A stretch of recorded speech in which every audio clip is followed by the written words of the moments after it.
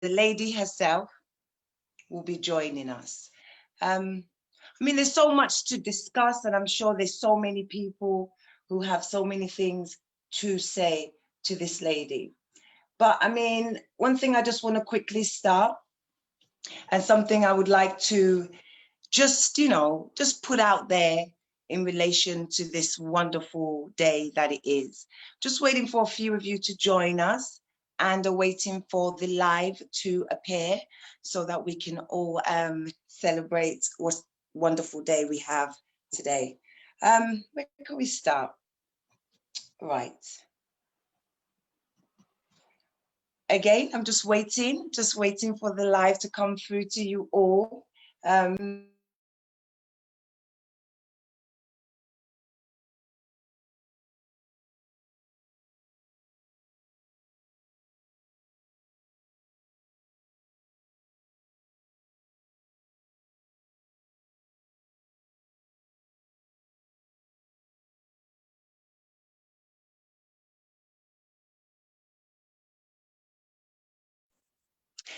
Welcome to everyone who's watching. I am very, very, very, very excited. I'm sure everybody else is equally as excited as me.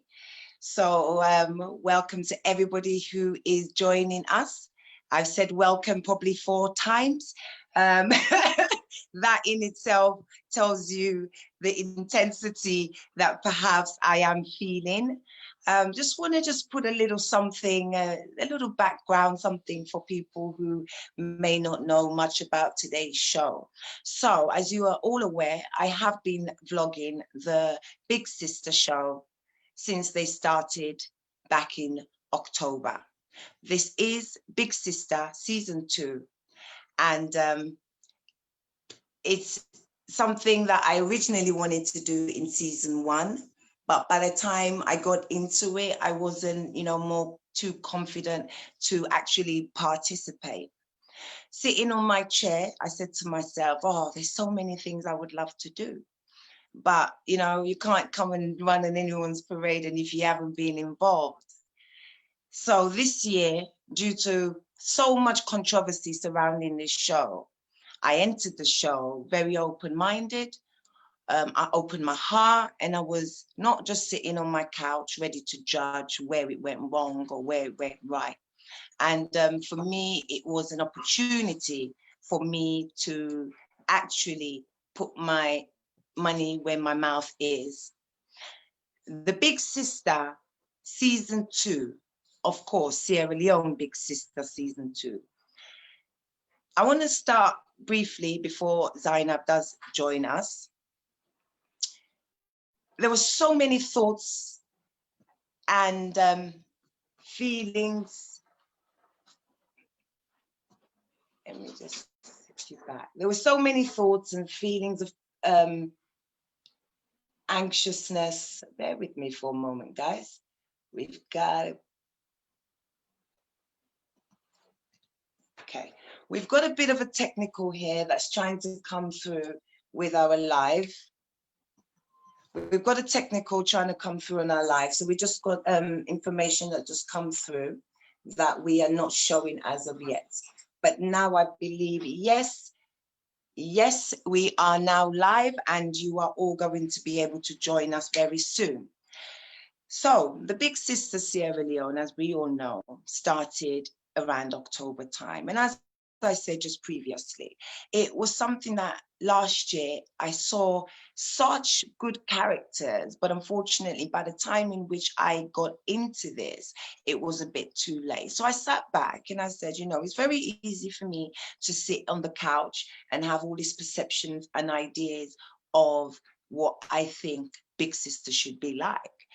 No, from what I saw, a lady, a woman, performed extremely well with an exceptional concept.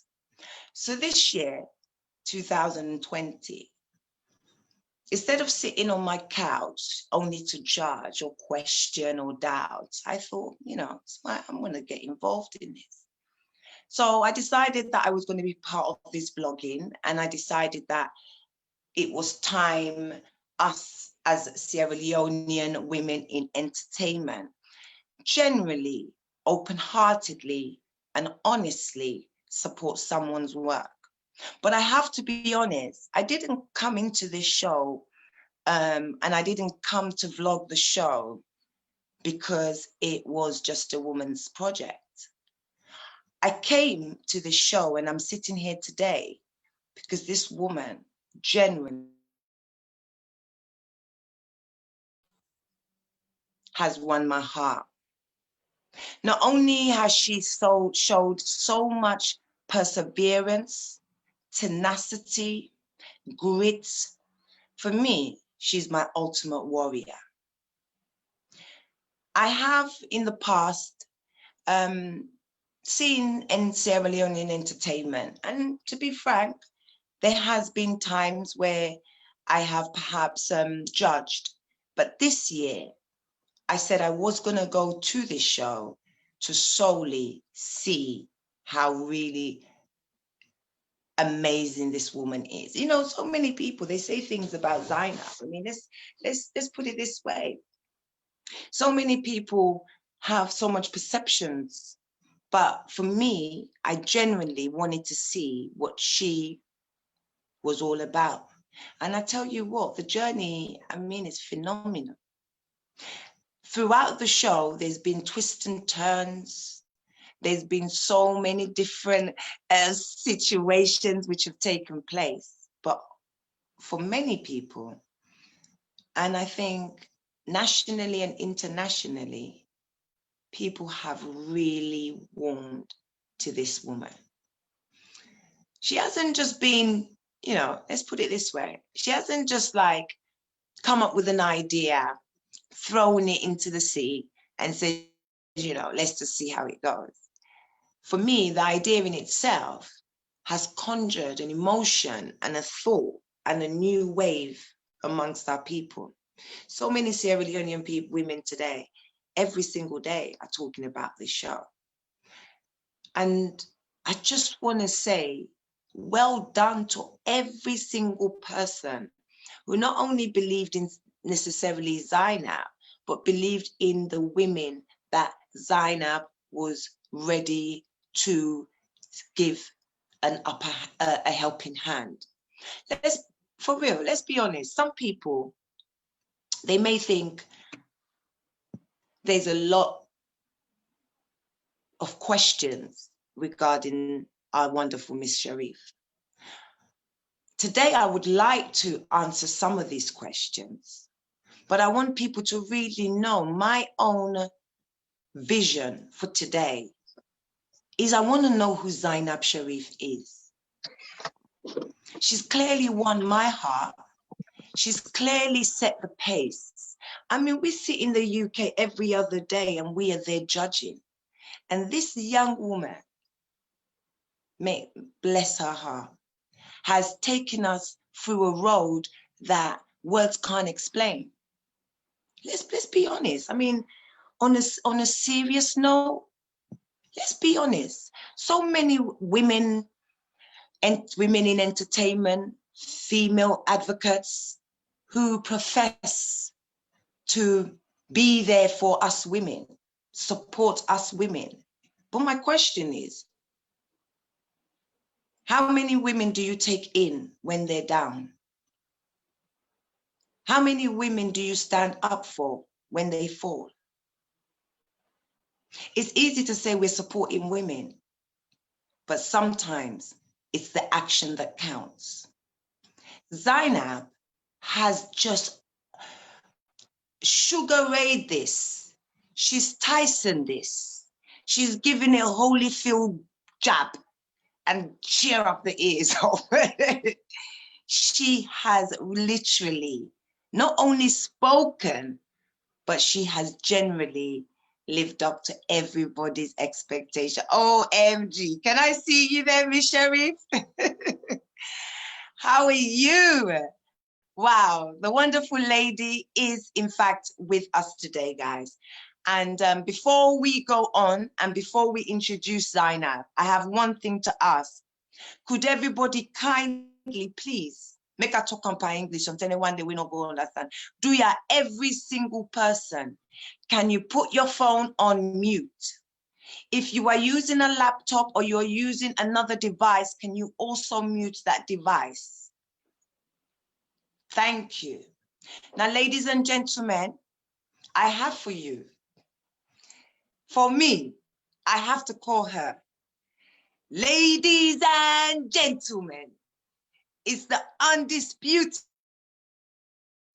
heavyweight champion herself, Zainab Sharif. I welcome you to the show, Zainab. How are you? Yes, I see she's having technical issues on that end. Not a problem. So I'm sure she'll be back with us in a couple of minutes. I can see the message coming through.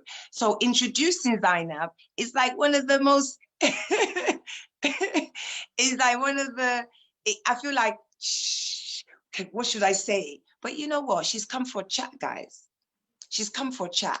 We're not here to try to catch anybody out, and we're not here to question anything she has to say. So it's more about knowing, one, who is Zainab, two, we want to discuss, obviously, Big Sister, and thirdly, we would like to know the future for Zainab. I mean, there's so much things people say, and there's so much, you know, there's so much questions people have, but she has actually answered pretty much every single question. You know, through the show itself, she has answered every single question. She's proven to everybody that yes, she can do this, and yes, she does have the love and the passion for Sierra Leone.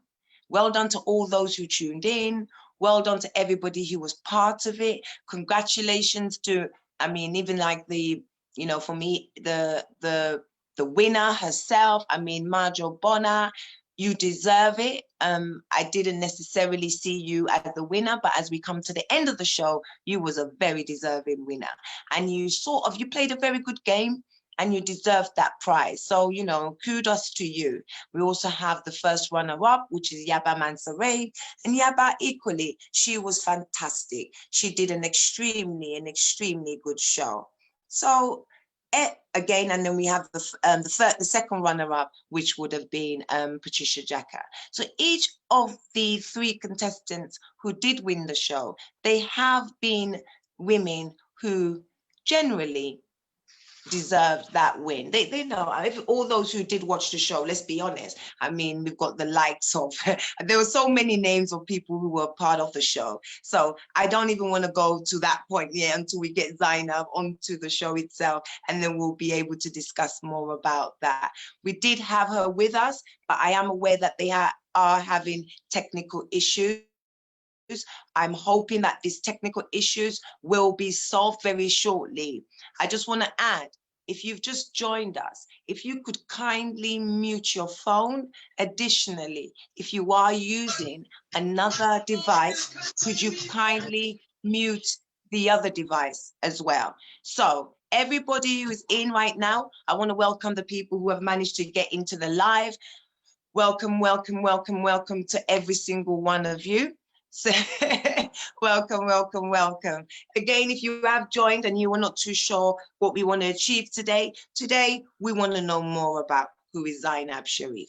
We want to find out some things about the Big Sister, and we also want to know the future of where Zainab sees herself and the Big Sister project within the next couple of years. And yeah, just to let people know, those who have sent me their questions, I have received them. I have composed quite a few questions for the Zainab herself. However, we will go at the pace, the way things will go. If we are able to get through all those questions, we surely will. As we wait on Zainab, I just want to introduce a few of the guests who are with us, just to say hi to you all. I've got Fatima. Hi, Fatima. We've also got Ice Wuri. Hey, girl. Thank you for being here. We've also got Mr. Kekus Palmer, who's here as well. again, if everybody can just make sure they mute their phones and so that we don't get no interruption. I am aware Zainab will be with us any moment now. So all we will need to just do before that actually takes place, I just want to quickly ask you, Kekus, are you with us? Kekus? Mr. Kekus? Okay, this is what we love about the live. You know, this is how spontaneous these things can work. And I know we have some people who are watching, and just want to say thank you to you all as well. And just say to you all, thank you all for taking the time. I know so many of you have probably been sitting down waiting for this show to sort of kind of kick off. And me personally, myself, can you imagine? I'm totally gassed about now. So again, thank you to everybody who has been supporting the show. Kekus can't hear me, but I know Ice Worry Stevens, can you hear? Can you hear me? On mute. Ice Worry Stevens, if she can hear me. Okay, we have someone behind there who will be able to unmute you. If you've just joined us, please keep your phones muted. Thank you. Keep your phones muted. If you're using a second device, equally, could you kindly turn off that device? I mean, mute that device. So, Ice, can you hear me? Yes, I can hear you. I got in, I logged on. Can you hear me? Can you hear me? Yes, I can hear you, my dear. Yeah, I got on, I saw Zainab just now, but it seems to have lost her. She was here and I was trying to Yeah, she's coming back.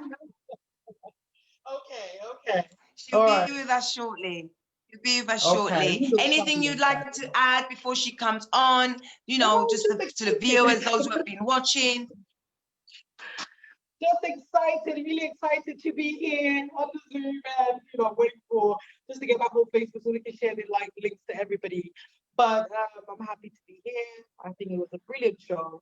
She went ahead and did what a lot of people want to do, but they're scared to do. She just showed us that you don't have to have political affiliations. You don't have to have all the money in the world. So you just don't believe in your dream and you'll make it happen. So she just I mean, thank you for that. I think we're really excited. I think that's the general theme with everybody. Everybody's very much like the fact that this woman made it happen. I mean, how did you feel when you actually saw that this came to light? You know, her dream came to light. How did that make you feel as a female? Anything is possible. I just feel like anything is possible. We just put limitations on ourselves, but anything is possible. If you believe in yourself, believe in your dream, and you want it, it's how bad you want it. I'm sure she wanted it that bad. It just had to happen. So I'm really, really happy for her, Serena Women Entertainment, to see that show just go through. I was one of the people putting my status up like, yo, don't come for her. She's going to make this happen. Do you know what I mean? So I was really, really happy to see that come through. And it was a wonderful show. Everybody was thoroughly entertained. And the winner was what? Thank you. Thank you. I see Whoopi's in the house. I see Whoopi's in the house. Welcome, Mariatu. Thank you ever so much for that Ice Worry. Welcome, Mariatu Sadiq. Welcome, Victoria. Auntie, welcome. Welcome. Anybody would like to add? I mean, obviously, having Zainab on the show is going to be a momentous moment for a lot of us here in the UK. We don't have all access areas such as those in Freetown. So having her in the show with us today, it will make a phenomenal difference as to how we see ourselves and Sierra Leone entertainment moving forward. Anything you'd like to add to that, Mariatu? I know you're somebody who's been very, very vocal about the show and you've enjoyed it like anybody else. I mean, what would you like to add to that? How was the journey been like? Well, I was just amazed.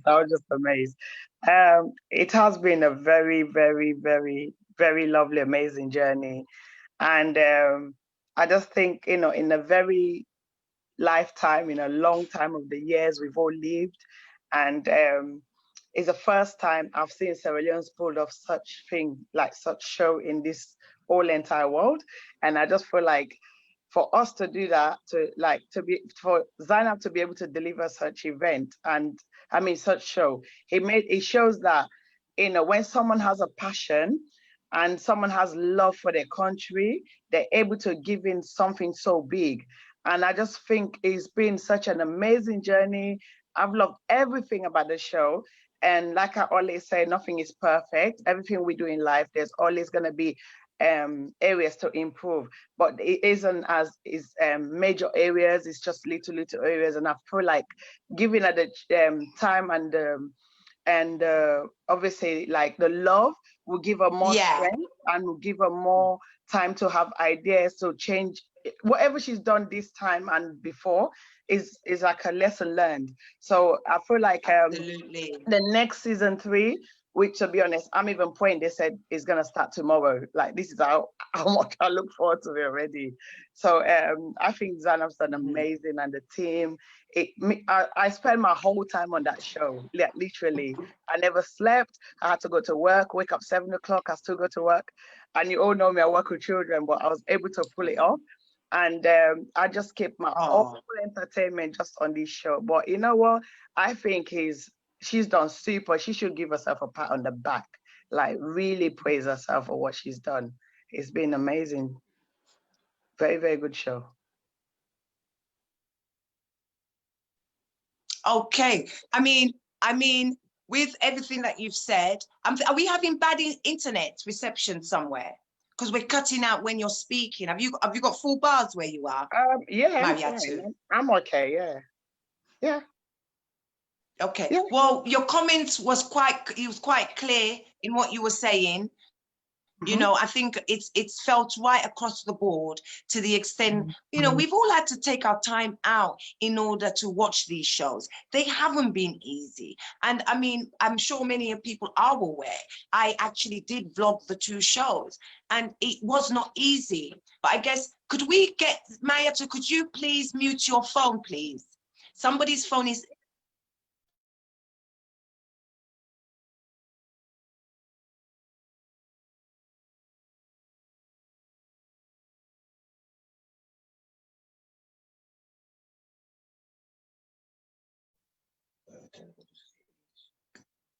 Who said that? Hiya guys, can you hear me? Can you all hear me? Mayatu's muted. We can hear you. Oh, fantastic. Fantastic. Because what the issue what we're having is right now, Mayatu's muted. Okay, everybody's muted. So thank you for that. Okay, thank you to everyone for that. I thought I may not have been heard. So we've also got Edmonda Cole, who's with us today. Sorry for calling you Edmonda, Auntie. Welcome to the show. I mean, you were somebody that was, I mean, like, hey, you was just all over the show. You love this show so much. I mean, is there anything you would like to add to what Mariatu has added in relation to how great the show was?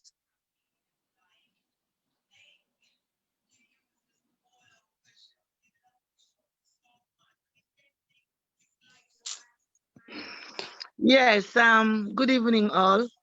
What I would like to say, I love Zainab so much. Like what Mariatu said, me and Mariatu said, we've been on the show like, it's like a production manager, the manager and the director. You know, anything we keep tagging each other because I was so excited. I keep telling people, I've never met Zainab before, but I just love the lady. I love her so much. Believe me, and I'm dreaming. The last time I met her at the show, what's the name of the show? Afro Arts. I couldn't meet her because I admire her so much. Focus. No.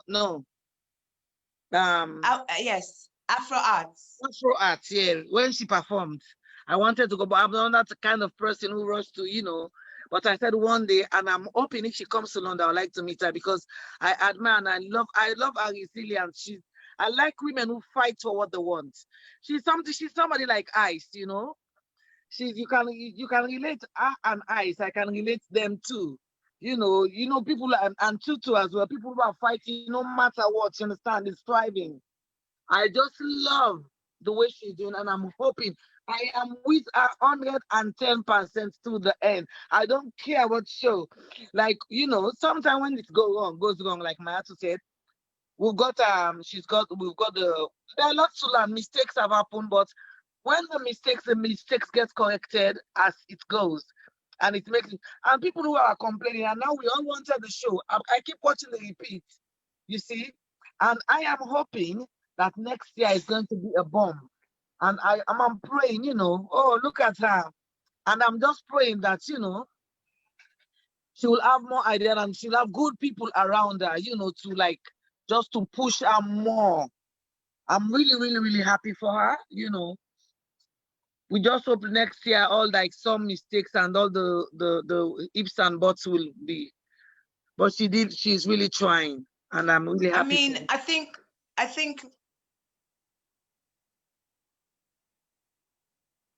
yeah.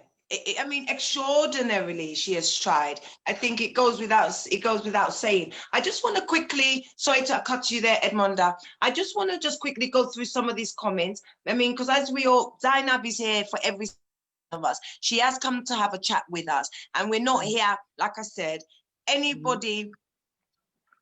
Yeah, we're not here for anything other than to make this an absolute success for her. Just quickly, just go through some comments. We've got Lance and I here who says, it's okay. We've got Eddie Grant, he said, what's bubbling here, folks? Saleh Kamara, are you live here? DJ Du, Kosna Bayo, good evening, my darling nice. Good evening, my dear. We've also got DJ Dubangura. He says, please do share. And I will appreciate that also. Please do share. Thank you so much. We've got Bakar King.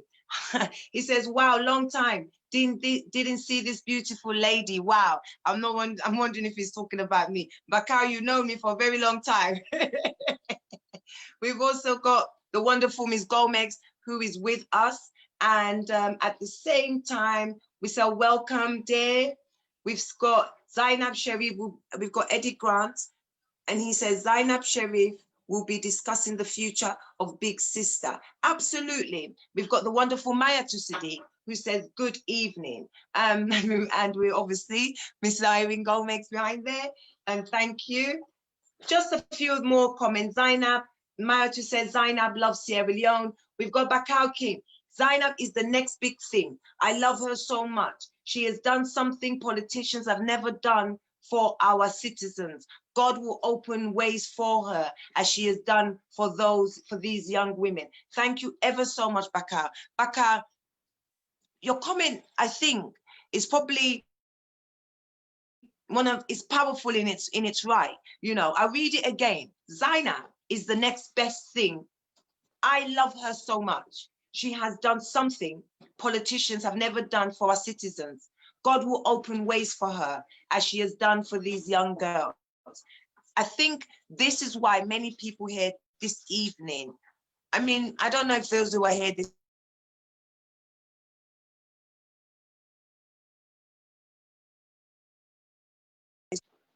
what she has done is she has seriously and honestly saved the lives of many of these women.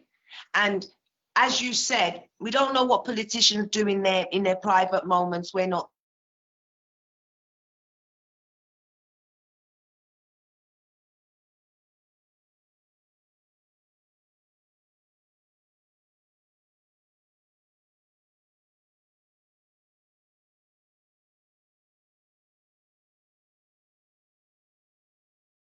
sure, and has left a mark on so many of us. So back out, I really appreciate that comment. We then got Edmonda Cole. As you guys know, she's already with us. She's been with us from the beginning, and Edmonda has been one of the biggest fans of the Big Sister. So, I mean, if you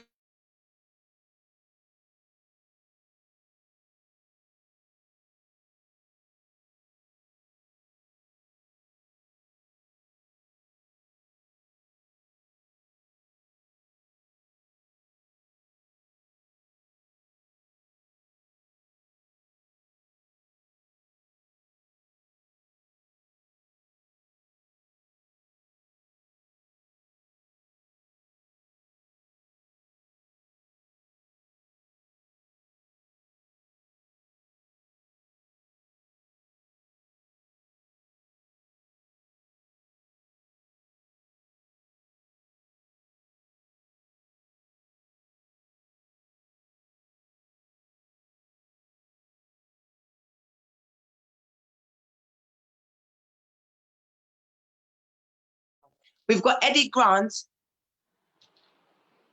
We've also got Eddie Grant. She needs a sophisticated management team going forward. Are you offering any management, sophisticated management? Do you know anybody who maybe perhaps could equally to her?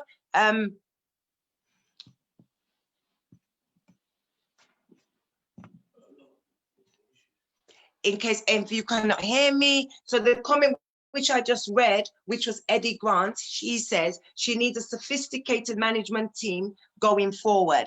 But that is something we as a community, if you do have or you do know anyone perhaps who, you know, is involved in management, maybe you could reach out to Zainab and advise her of any good links that you might have moving forward for this program. The next comment we've got quite a few comments, guys. We've got Maria Makamara. Maria Makamara says, Zainab is a superwoman. We've got Lillian Yassin. Hello, Lillian. Lillian is one of our girls here in the UK. Lillian gives us, she praying to God, wishing her all the best. So, I mean, this is a moment for us all. I've just been given the word that she will be with us any moment. Technical issues, again, I expect the lady to come in style, yeah? Come on, this is Zainab Sharif. And, you know, as you all knew when she first came in, I think she's aware that we are also anxious to meet her and anxious to hear what she has to say. Now, Mr. Kekus Palmer, you are there. You have been with us from the beginning of the show. Kekus, I mean, I would like to have a few words, Kekus. How are you?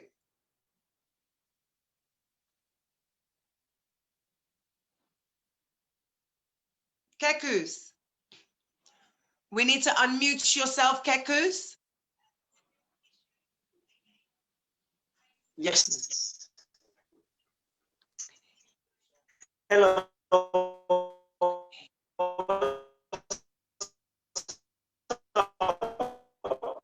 Greetings to everybody.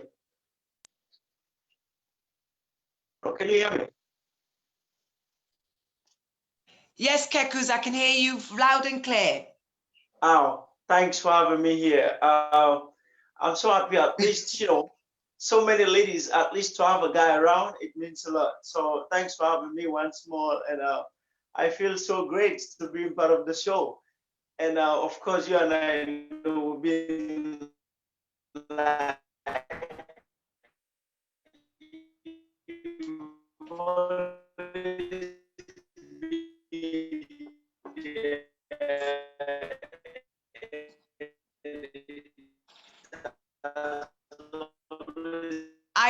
Irene, can we please? So very great, and we're looking for, like I've said, so I'm looking forward for much. Okay, hold on.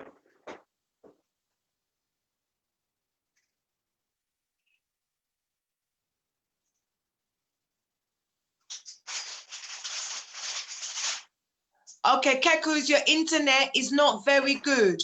Could you just try to sort the internet? We're going to give you one more try. Kekus, fire ahead.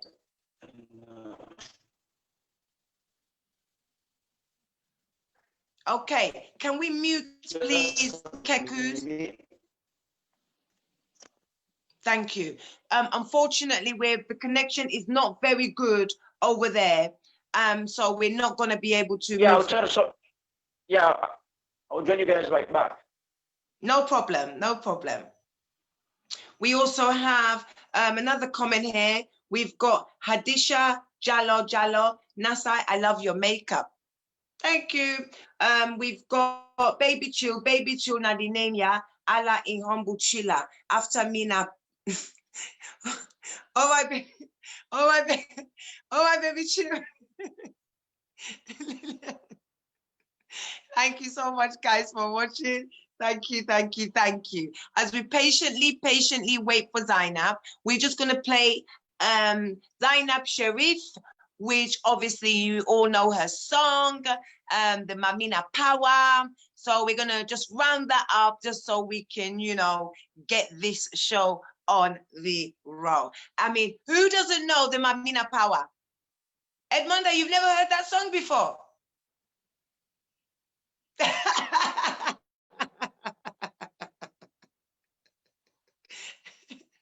I saw your reaction. Have you heard the song before, the Mamina Power?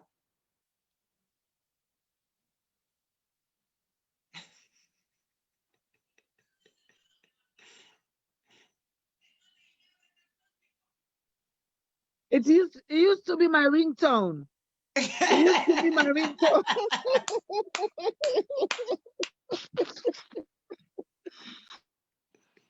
So that means you have heard that song. Obviously, we all know the Mamina Power. I think that was very much also a turning point for a lot of us, because her song, that particular song, had all the right, like, it was a wonderful song.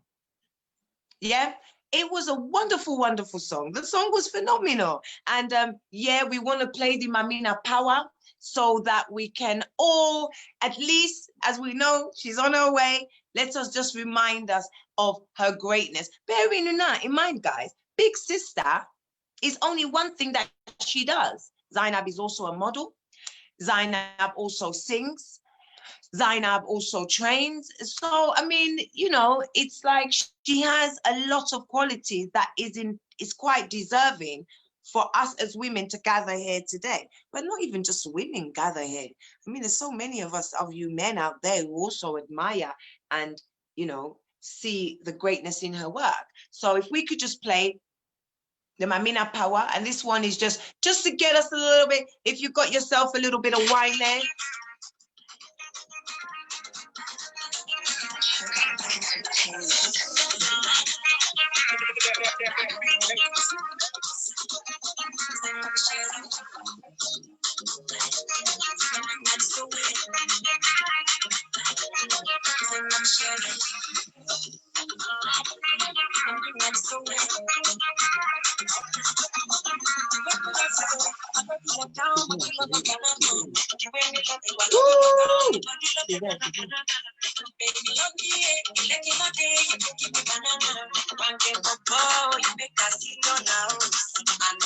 Something nice for you now, and I'm looking very nice for you back now.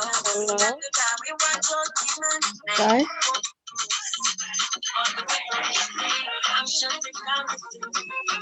Yeah. She's shutting down London. Guys? I know.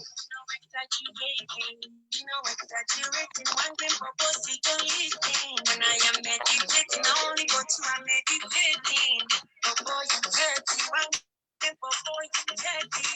When I am waiting, you know the man I am waiting.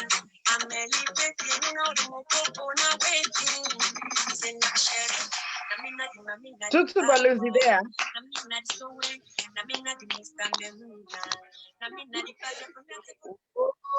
Ooh, welcome. I mean, we couldn't have had a better timing. Ladies and gentlemen, I bring you the wonderful Zainab Sharif. Welcome. Hi, can you see me? And welcome. Can you see me? Can you hear me? I didn't see you, Mama. Oh, I didn't see you. I don't know. I didn't know. I Would didn't they see you fine one? you know what? I don't sabi use this thing. I don't know how to use it. This is my first time. Oh, good to see you. Welcome, my Hi, sweetie. How are you? Welcome. I'm fine. How have you Okay, guys, been? if we could get, Zainab, give me a moment. If we could get everyone to mute their phones, silent their phones. If you've got another device, if you could also silent that device equally, because I know some people then go get their mobile phone, they also have their laptop. Everybody, if we can just silence that for us. When they say welcome to Tutu, welcome. We'll have a chit chat in a bit. Zainab, welcome. And how are you? I'm fine. How are you? I'm not too bad. But I know it's like it's a massive moment for us all. Though we have met before in the past, it's an absolute pleasure for me to have you with us today. There's so many people who have been waiting for you to give us here in the UK an opportunity to equally embrace you. I'm sure many people in Freetown may be already quite versed with you and know you quite well, but us over here in the UK, which is very important for me, which is one of the reasons why we wanted to have you on the show, was so that we could get to have that moment to speak with you. Can you hear me, Zainab? Okay. Wonderful. I can hear you. Zainab, let's just start with I want to start with a very, very, very simple question. How do you feel now the show is over? I feel good. I feel I can so imagine. good. I am resting, relaxing, I'm eating and sleeping. I'm waiting to wrap up totally because now the show has ended. It's going to 2 weeks. So we're trying to wrap up and preserve things for next year. Once I'm done with that, then I can just go somewhere. Hopefully Corona will not disturb my peace. Amen. Yeah, Amen. but I'm very happy right now. Like I'm just Amen. relaxing. Amen. Yeah. We just want to say our condolences to you. We are at the beginning of the show. We were aware of your loss. So our condolences from people in the UK. I mean, that was, we were all touched by that. And I don't want to go further without giving you that condolence on the loss of your father.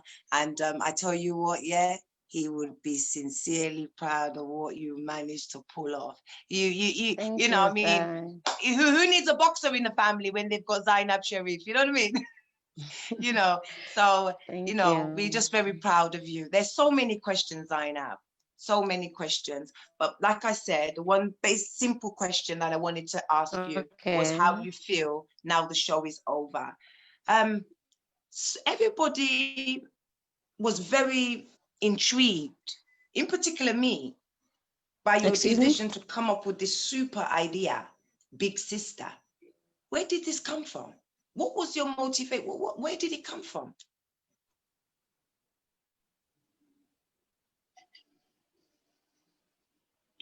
You mean what was my motivation for the idea? Yeah, what was your motivation? The line is breaking. Behind? Can you hear me any better? Yes, I can now. Yes. It's just women, basically, women and women and women. You know, I'm into entertainment and I love entertainment. And I'm also a woman who like grew up in Sierra Leone, and I've seen many things and I know many things about women, things that are happening in Sierra Leone to women, so I just empowerment and woman oneness and woman coming together is something that I really, really like. It's something that I promote, that I would like to do. So going into woman empowerment and being an entertainer and coming from the big brother. So if you put 1, 2, 3 together, you will see it's all connected. My journey as a woman in Sierra Leone, my journey as a woman in the entertainment industry, and my journey to Big Brother South Africa and back, basically. Yeah. It's just, yeah. I mean, you say it so lightly, I mean, not everybody who goes to a Big Brother in the United Kingdom will come up with the idea for Big Sister. And I mean, I think give yourself a lot of credit. That was that was ingenious. I mean, the concept in itself, I'm telling you, I mean, I could have not done many degrees. I could have probably never come up with that. For you to just sit down and come up with that concept that it was going to be girls, but then, as we're going to discuss further, how you managed to dress this up in such an immaculate way that it's ingenious. I mean, this is like Plato stuff. I would like you to know. But did you think this kind of concept could work in Freetown? Well, at first, I was not really sure. With season 1, I remember I was debating that I wanted to be women, and everybody was saying, but it will not be fun because there won't be any sexual attraction. There will not be all this love, all this relationship. But as an entertainer and coming from a creative director's point of view, I don't want to do something that is already out there because that's not creative and it doesn't earn you respect in the creative world. So I really wanted to bring something different. And I thought woman empowerment is now. You know, woman empowerment is everything the world is about now, promoting women, you know, trying to get women to be strong and to be confident. So they thought the idea would not actually work. But to me, I always like to try things that people have not tried because I like to challenge myself.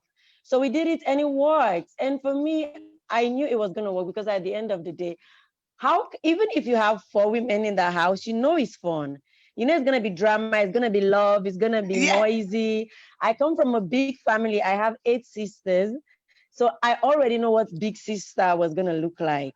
So we went for it and it worked. And with the season 2, we added the village part.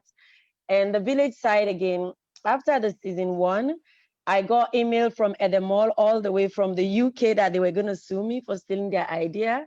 And I was like, nah, my idea is all women. Okay. It's not your idea. So they wrote another letter again. I replied to them again and said, my friend, this is a woman empowerment show. It's not your idea. So then we go back and forth. So I said to myself, you know what can I do to make our show so much different? Like nobody will ever come back to me and write me a letter and say to me, I'm trying to steal their show. So I thought of the village idea again, added the women on top of it, and you put the village idea, it becomes so unique. And every time you see it, it's the first time you have seen it because you've never seen a bunch of women in a village trying to empower themselves and talking about some things that are important and not just falling in love and fighting for men. Because I felt if you put men in there, it will be it will be a big distraction basically. So I think the idea is just basically what I know and what I'm from. It's just me. It's just basically, I also talk about the Bondo Society being an inspiration. It's not to promote the cutting of the Bondo Society, but because I am a Bondo Zainab, woman, in case everything for that some of those who are that I watching, know, I add. Yeah. you mentioned Endemol. For some of those who are watching who may not know who Endemol is, I mean, I just want to show the heavyweights of who you are. Endemol are the people who are own the rights to the Big Brother franchise. Big Brother, yes. Yeah, the Big Brother franchise. So for Endemol, I mean, I remember watching the first ever Big Brother in the UK. I mean, that was like 12, 13 years ago. And I remember the credits coming up, Endemol, Endemol, Endemol. So as soon as you mentioned Endemol, for you to even receive a letter from Endemol, big. They're so big. I mean, how did honestly, the fight for Big Sister season 2 was so large, but we're fighting with people in our entertainment industry here in Sierra Leone. But then we were feeling ourselves like we're young, we're vibrant, we're doing well. We're feeling like, oh, you know what, it's our time. Nobody can come and kill us. What can you do? You just get for BRE. Then Edemol wrote to us, and I swear to God, Sai, me and me one whole team will go oh sit my down God, first, I understand. and I will say, I swear to God, we found one corner, we sit down. It's like, this is not even our level of fighting. The first letter, I did not even respond because I don't know what to write. And it was expressed, and in 48 hours, the letter came all the way from UK to my house in Freetown. And I was like, what? And then I called my team, I explained to them, everybody, the spirit was down. And I remember what one of my directors said to me. And he said to me, and I quote, he said, Zainab, you know what this look like? He said, it's like where Donald Trump decided, say, he want first the chief for the Namaburka. He said, you're dead. Absolutely. He said, you're dead. Yeah, absolutely.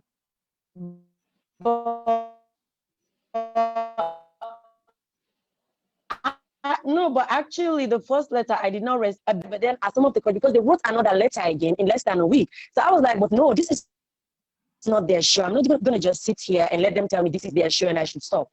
So me and I should send all my tapes, and they were talking to me like it was their show. So I wrote back to them. I told the lawyer what I want to say to them. I said, tell them that this is not their show. I know they know me very well. I've been for their show. I am kind of a product of theirs in a branding manner as I'm an entertainer. I might have been inspired by them, but this is absolutely not their show. This is a woman empowerment show. designed by women for women in Africa, all the way from Africa. And you know what? We're just gonna add a local village in it to prove to them that this is not their show. And then they have Wow. not been writing me since I wrote that reply to them. Basically. So I guess we're fine. Yeah, I guess we're fine. I mean, Zainab, I mean, hearing what you just said to me again just solidifies and confirms how much I realize the kind of tsunami you was about to just like break out, because to be able to redress this concept was not something any normal woman can do. Now, did you have any apprehensions? Did something say to you, maybe even if we manage to do this show as in season 1 or season 2, our people will not receive it properly?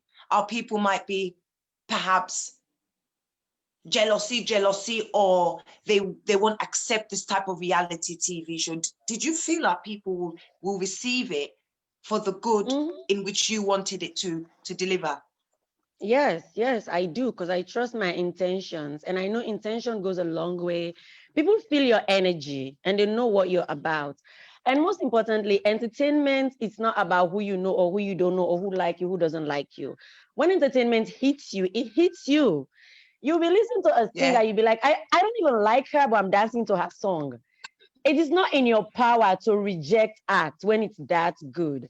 So for me, I know not just Sierra Leone, the rest of the world will one day get to see the Big Sister show and they will love it. And that is why we're building the show, not just for now, not just for the next 5 years, we're building it forever. We're building it forever, whether I live for another 5, 10, 20 years or not. I just want Big Sister Show to be something that I, at least as an entertainer on my team, that we have brought to the industry that will stay forever.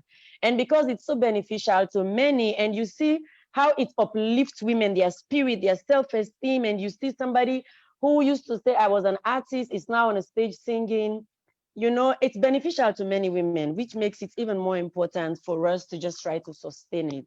So for me, it's not about fighting for any other thing but sustainability for the show, so it can just be good to women as it has been for the first 2 seasons. Yeah. Zainab, that is such, I mean, already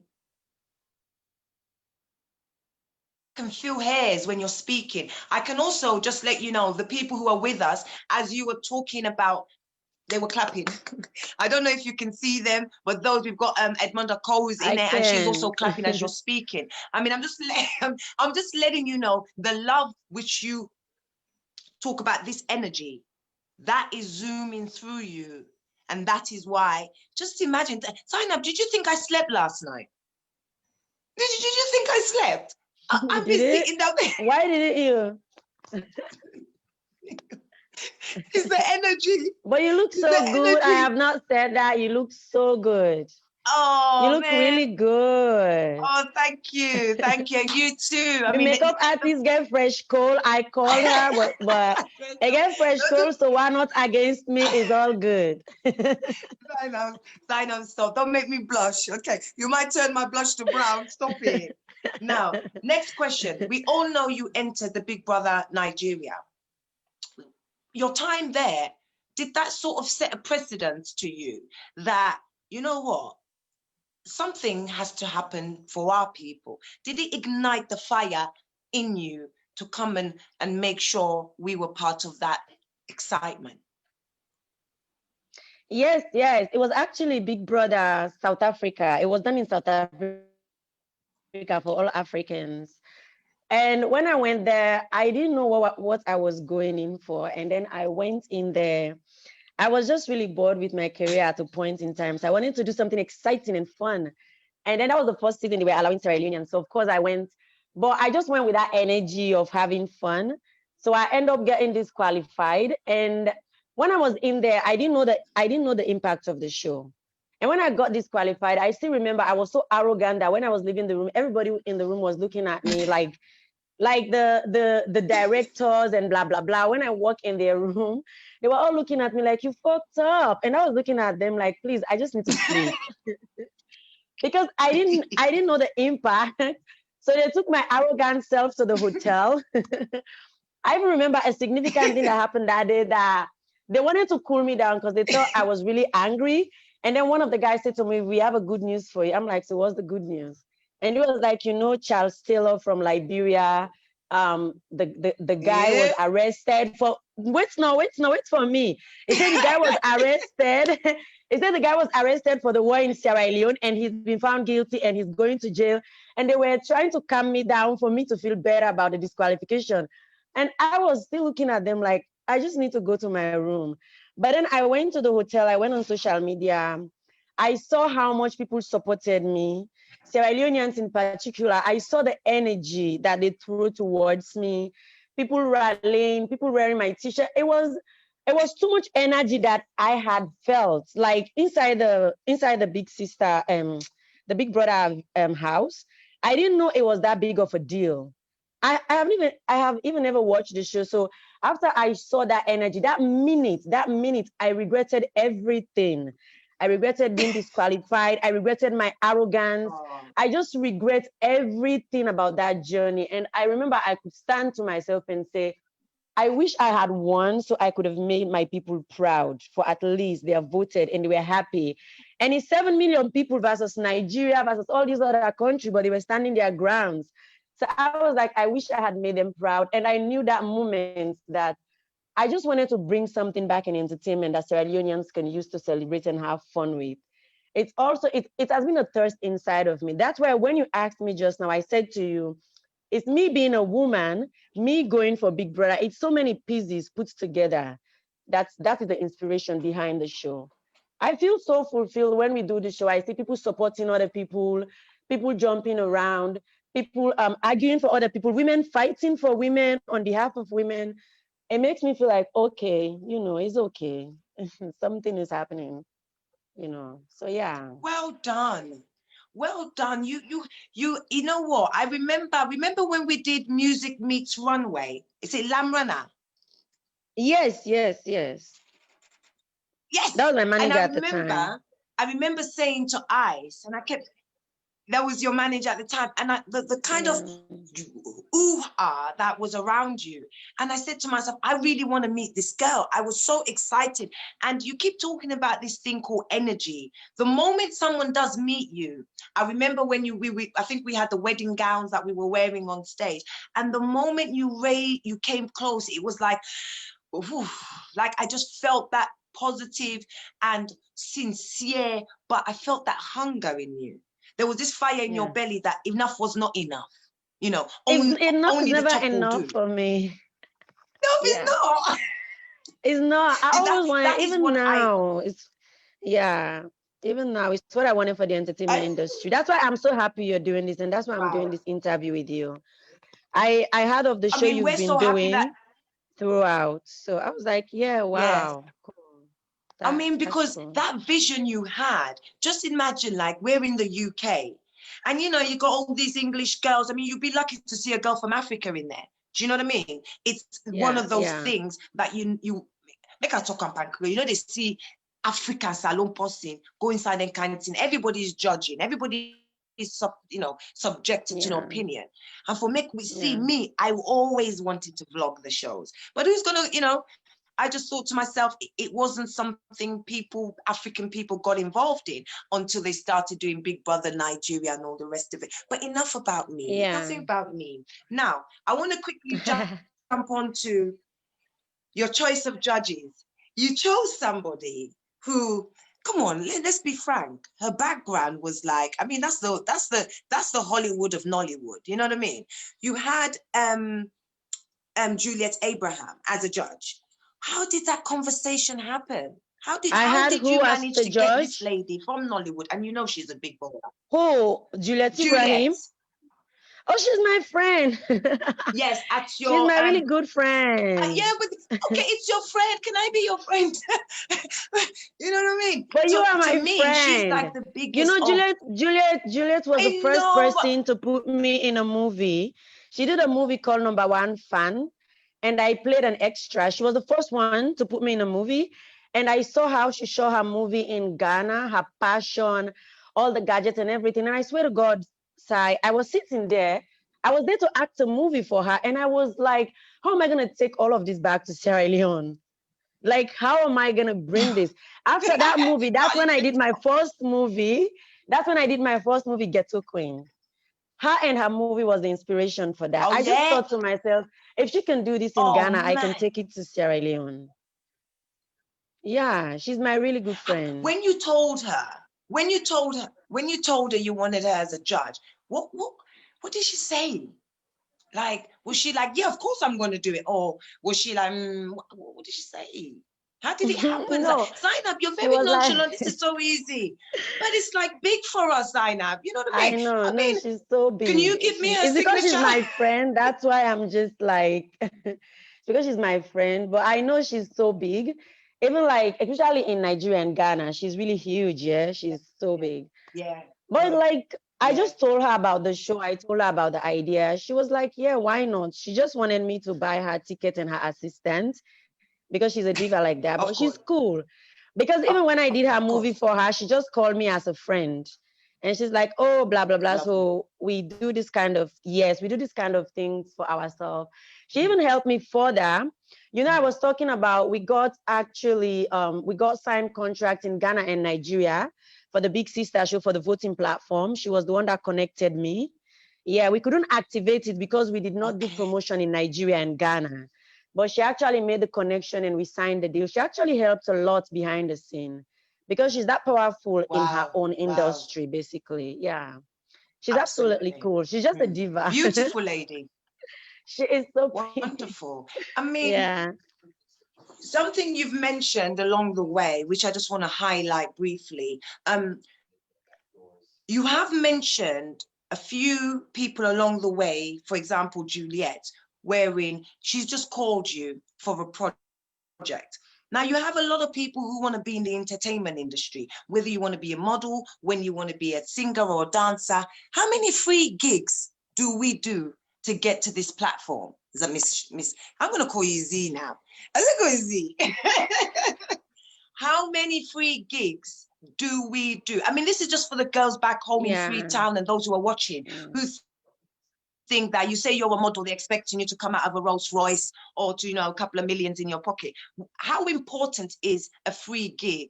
In a sense, look where you are today, when you believed in Juliet's, when you believed in other people who've just called you and said, you know what, Zainab, can you do this job for me? Just for the viewers who are watching, if you want to go in the industry that you may not be getting paid, at times, is it successful or is it positive to take a risk even if money is not involved? Would you agree with that? Well, it depends. For me, I'm the kind of person, I don't know if you watched our court barry session in the Big Sister Village. I talked about My favorite. wanting to be a model so bad. I just wanted a platform. Even if someone had said to me, pay me, I will give you a platform, I would have done that. Because what I needed was a platform to prove myself. I knew I have the power. I know I have the power to be anything, to become anything, but who is going to give me the platform so I'll get seen? And for 6 months, I tried in Istanbul. The first platform I got, they said, is to wear $1 million necklace, but they will give me $200. And everybody thought that was cheap. How would you wear $1 million necklace and get $200? But you don't know, I would even pay them $200 to wear the $1 million necklace, because at that point, what I needed was a platform to prove my point so I can make my business and make money. So sometimes you have to calculate, like now, I am at a point where I do things if I want to do them. I don't do them if I don't want to do them, because I have built myself to that spot. But going back into the movie industry, I've never been into movie. I want to try it. I just came out of Big Brother. And there's a lady that have seen me in the Big Brother and be like, yo, come and play in my movie. I want you to play my friend. And I'm like, oh, that is a good platform. Are you going to buy my ticket? I'm from Sierra Leone. She said, yes. You're going to give me a hotel. Okay. You're going to give me welfare. Okay, I'll come and do it. I did it. I got inspired. I got friendship. I made all my network in Ghana.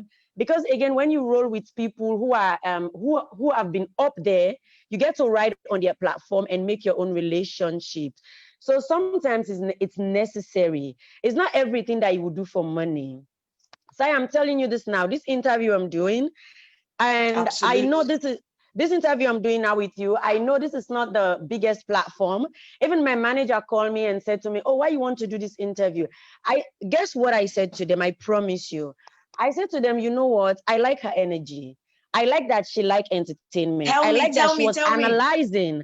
I like this. So there is a reason why you do things. I could have been doing any kind of interview, but I'm never interested. I'm interested in this one. So sometimes it's just knowing what you want and the reason why you're doing them. Why I'm doing this interview now, you're a woman who loves entertainment. You've been promoting our shows, even though it's not just my show, but I'm categorizing it that the fact that you were promoting the show, you are into entertainment, you promote entertainment, you love it, and you wanted me to be in your show. So why shouldn't I be here? So it can be many reasons why you want to do things. Money can be something that you get later or from other people, but not from everybody. Are you understanding what I'm saying? Absolutely. I mean, I get continue. No, I'm done. I talk too much. Don't mind me. I'm the one that usually talks all the time. No, you can talk more than me. I am a Madingo chick. I talk that too much. Comment, because we have so many women who want to go into the entertainment, but they don't understand. Sometimes you have to go by the gut feeling. You have to go out. You know what? It's not about the money. It's perhaps the lessons that you could learn, the people that you could meet. Yeah, and the relationship and stuff. They be too bad talk.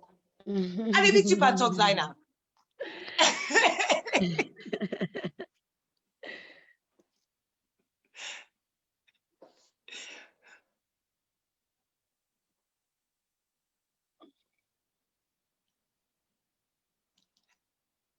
Can you hear me, Zainab? Yes, I can. Hello, guys. Yes, I can hear you. I can hear you. Okay, so Zainab, I just want to read you some of the comments which are through, because I know one can attack me, because the people then want for this, then want for me too. So we've got Edmunda Cole, who's with us today already. She's in the live. She said, I like Juliet Abraham. We've got Ibrahim. We've got Dinny Cole. I love this. We've got Samuela James. I can't believe I'm late. You know, people are upset because they're late. We've also got another comment by Tema Bangura, the Mamina Power. We've got Adama Bangura. I dare wait for 100K. We've got Namusu. Remember to share. No one should miss out on this momentous event. I'll let you know that's my little sister. Bless her. Oh, yeah. We've got TJ. Yeah. We've got TJ Jizzle. We need an Ijatu. Zainab Sharif track. She's astounding. Yeah. I just thought I'll just hit that in, Zainab. That lady Ijatu is I think she's in the US of A, and she is on the money. That girl is outstanding. We've got DJ Dool. Also, he says, good luck, good talk. Thank you so much for all your support, DJ Dool, as well. We've got the wonderful Kosnabayo. If you want to be successful in life, money is not everything. You need to sacrifice to gain your passion for your success, and money will come after. Absolutely. That is so just as we discussed. We've got Queen Marge. Yeah. Yeah, you agree with that? That was by Kosna. Absolutely. Bayo, who is just pretty much what we're saying. A lot of people want. We've also, in fact, we've also got the lady, we've got a lady named the rapper them Stepmama, which is Ijatu herself. Oh, yes, she's the lady herself, she's actually watching. And I tell you what, this girl is fire. She's fire on the money. Really, and I know she's very, very fond of you. We've also got who else have we got swimming in there? Everybody's just on it today. Z, you have a special place in my heart, and that's Absal Kamara. Oh, bless you. Absal says you've got a place in his heart, Zainab. Now, I've just got a few questions more. Big Sister 2020. Zainab, you took us through this massive roller coaster. Big Sister 2020. You started off with 29 odd contestants, and we came down to a final one winner, who was the wonderful Majo Bonner. What was behind the concept of the village? Why did It's you want to have a different. village and not Nobody a have done plush? it. Nobody have done it before, Sai. Let me answer that. It's unique. Hi.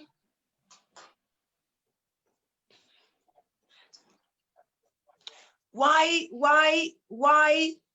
the village? Why did you not think to do it perhaps in a hotel or on an island, or we get to Hawaii Island or Salone? What was it about the village that you felt this kind of setup could produce? Could produce this type of result? I think there's a lot of technicality in your decision, because I know you do everything with the energy. What was it about the village, Zainab? Let's have it. We want to know. It has because not. I mean, It it's has never been. ingenious. I have seen reality TV show done in an island. I have seen it done in luxury. I have seen all kinds of reality TV show. The one I have not seen yet is the one that is being done in a local African village. So since no one has thought of that, we thought of that and we're like, you know what, let's go this way. And also because it's a woman empowerment show, Africa, we're known to be humble and respectful. African women, there is this vibe that go with when you see an African woman. Oh, she's humble, she's respectful, she can cook, she knows how to tie lapa, she can respect herself. It's what our parents know from the village. Yeah, this is what you hear when they say, they act like African woman. Say, that means that you need to tie lapa fine, probably. So basically, going back to the village in Africa is going back to our humble beginning, where women are perfect, where women start to learn things, where we all started, where our mothers, our great grandmothers started from. And adding the Bondo Bush side into it is just to promote the idea of another woman empowerment program that has been ongoing for over 400 years. Even though it's fading now, some parts of it we're not promoting, but there are parts of it that are worth talking about and worth promoting. So I just felt like, why not?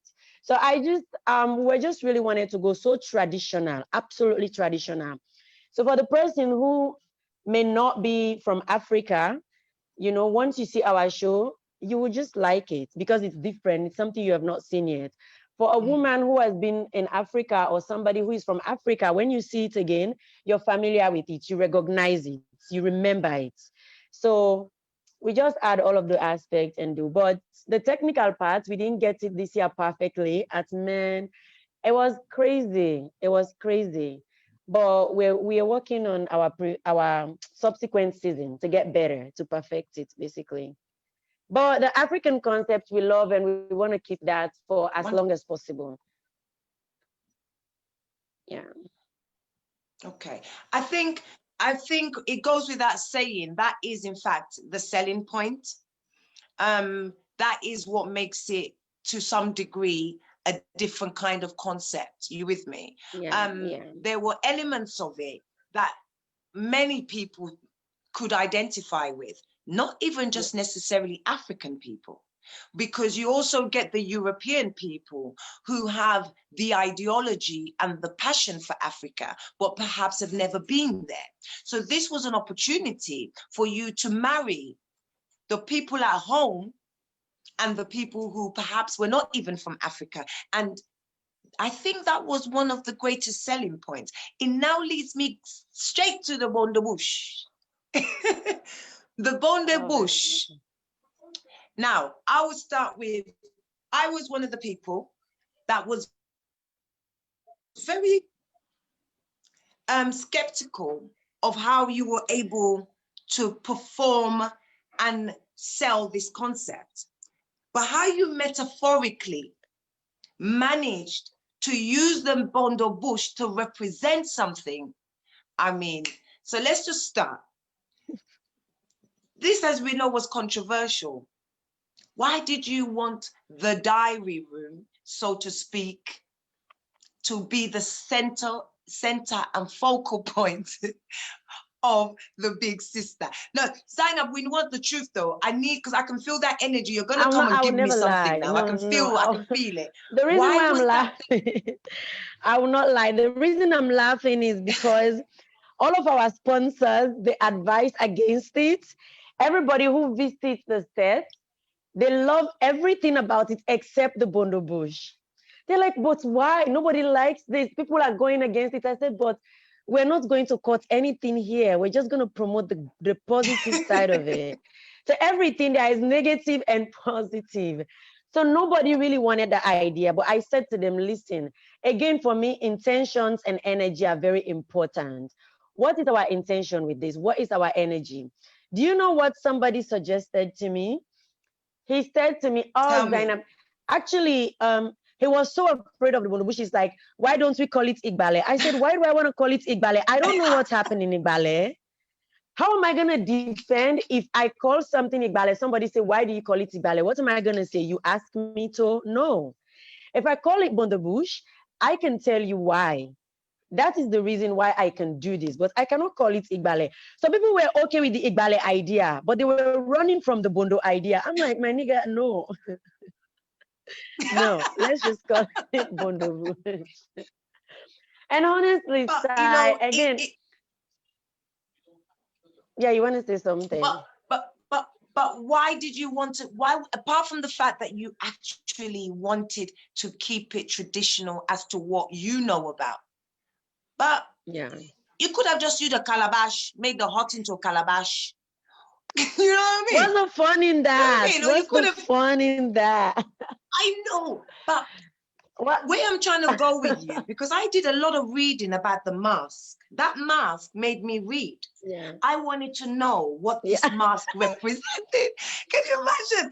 Because I'm thinking to myself, because even on my Facebook, all my uncles and aunties, they're quick for guys call me Nasai Bondo. I'm like, no, don't, what are you doing? You know, this is a modern world, uncle, no. And then this lady's gone, and he had all the female advocates on it.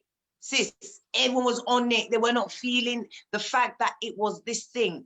But Zainab, where I really want you to take us is what that mask actually signifies.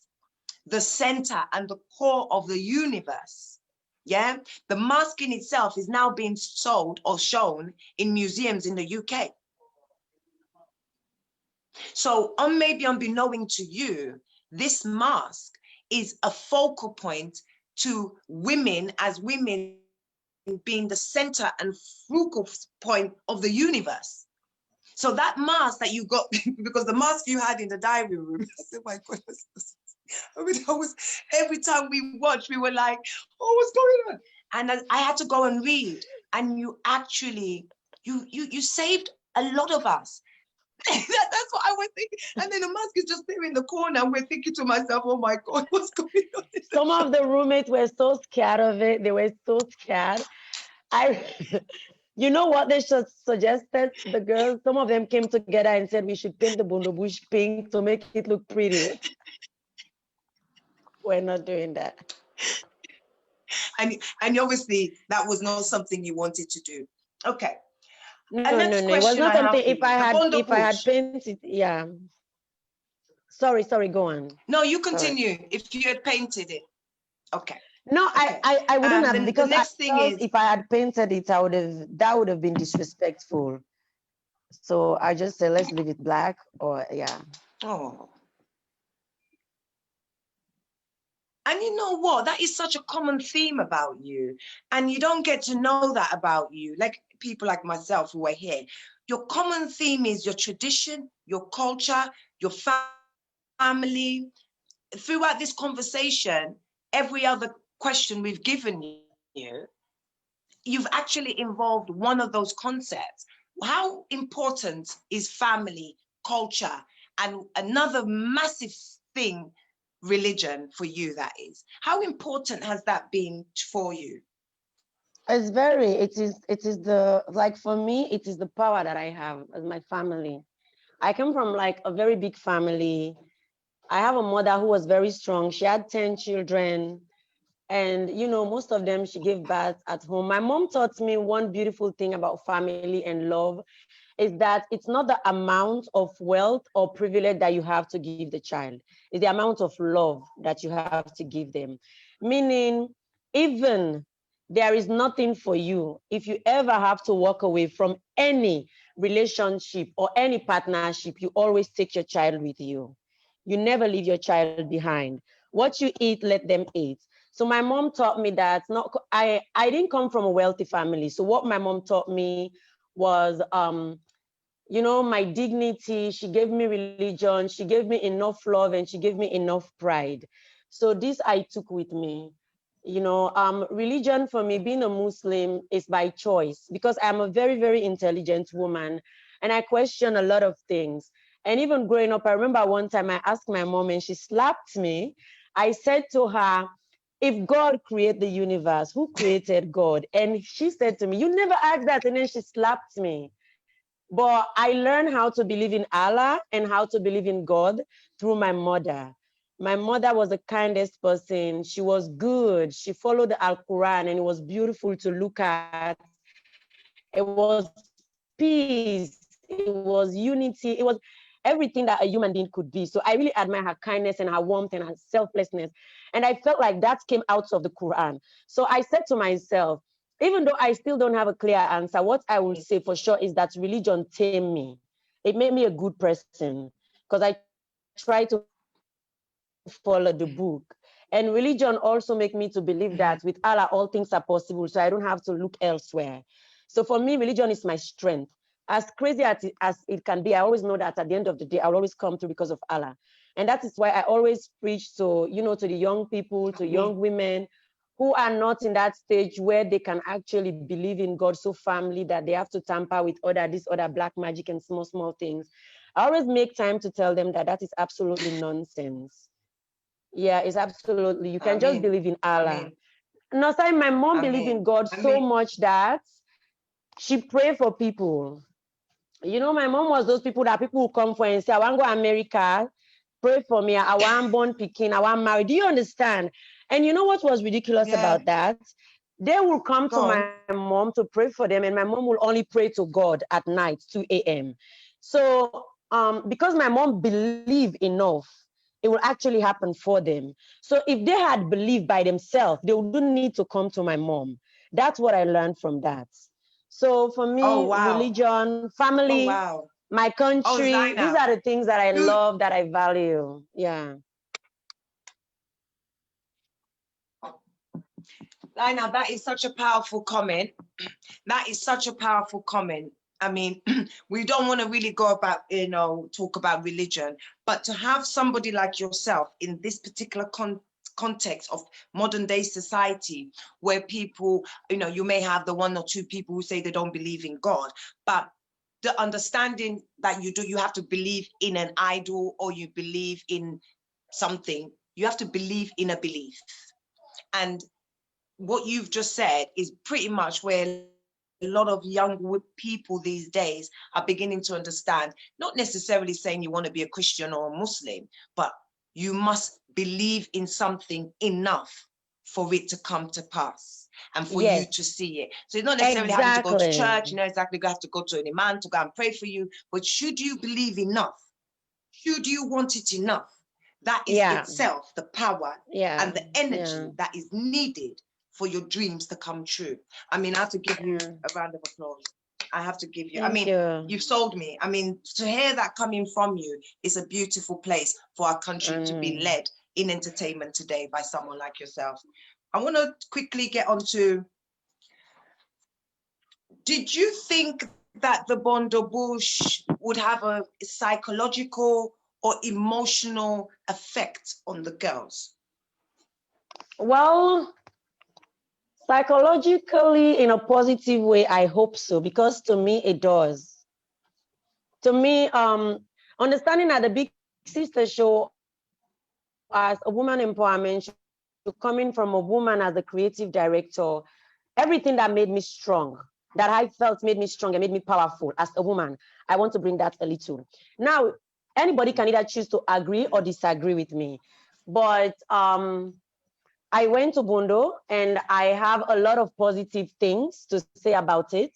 I know there are some negative things, but I do have a lot of positive things.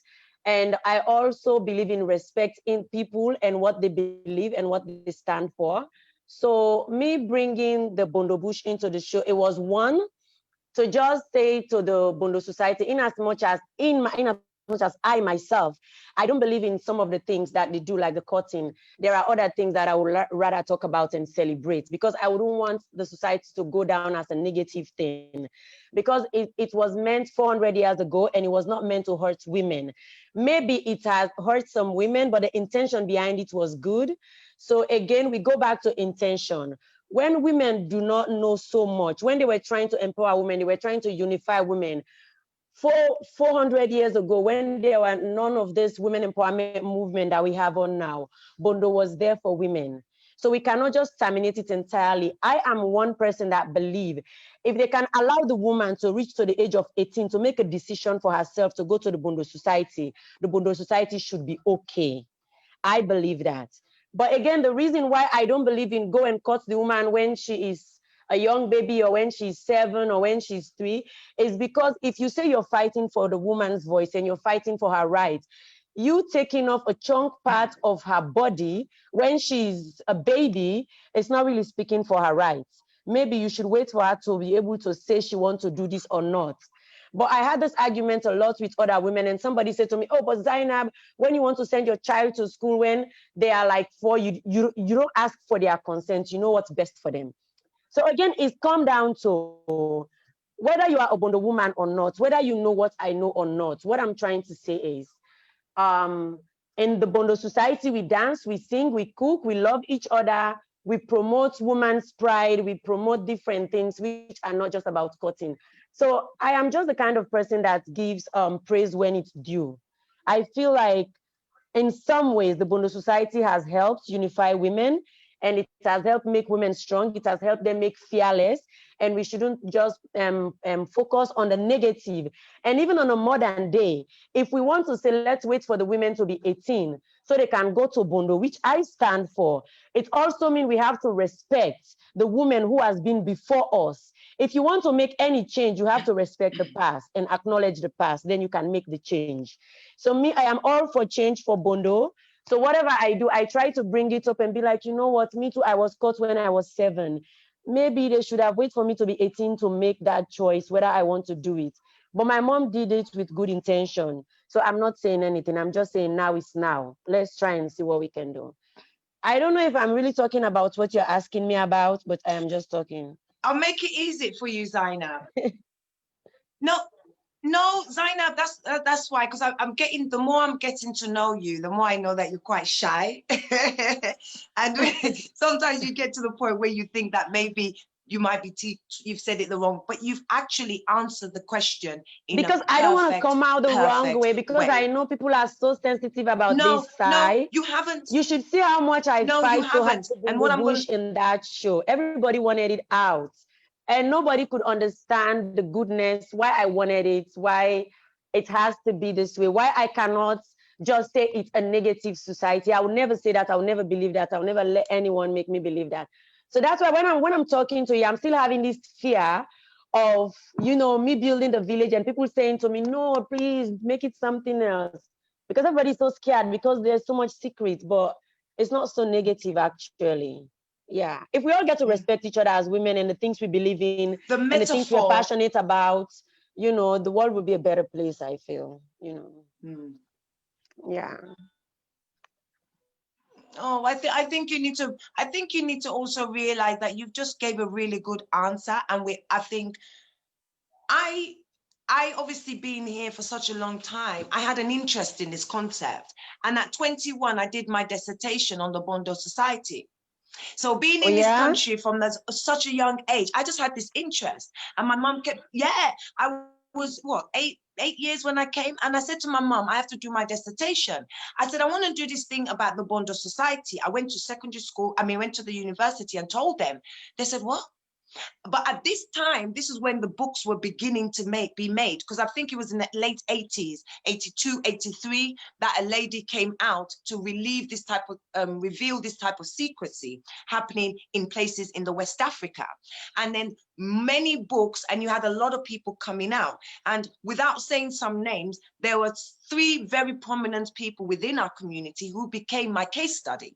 So at 21, 22, I was doing this dissertation on a massive concept that I knew not very much about. But what I came to my conclusion, and I am now in my late 30s. Yeah, I'm now in my late 30s. I'm 36. My I'm telling you, conclusion, man.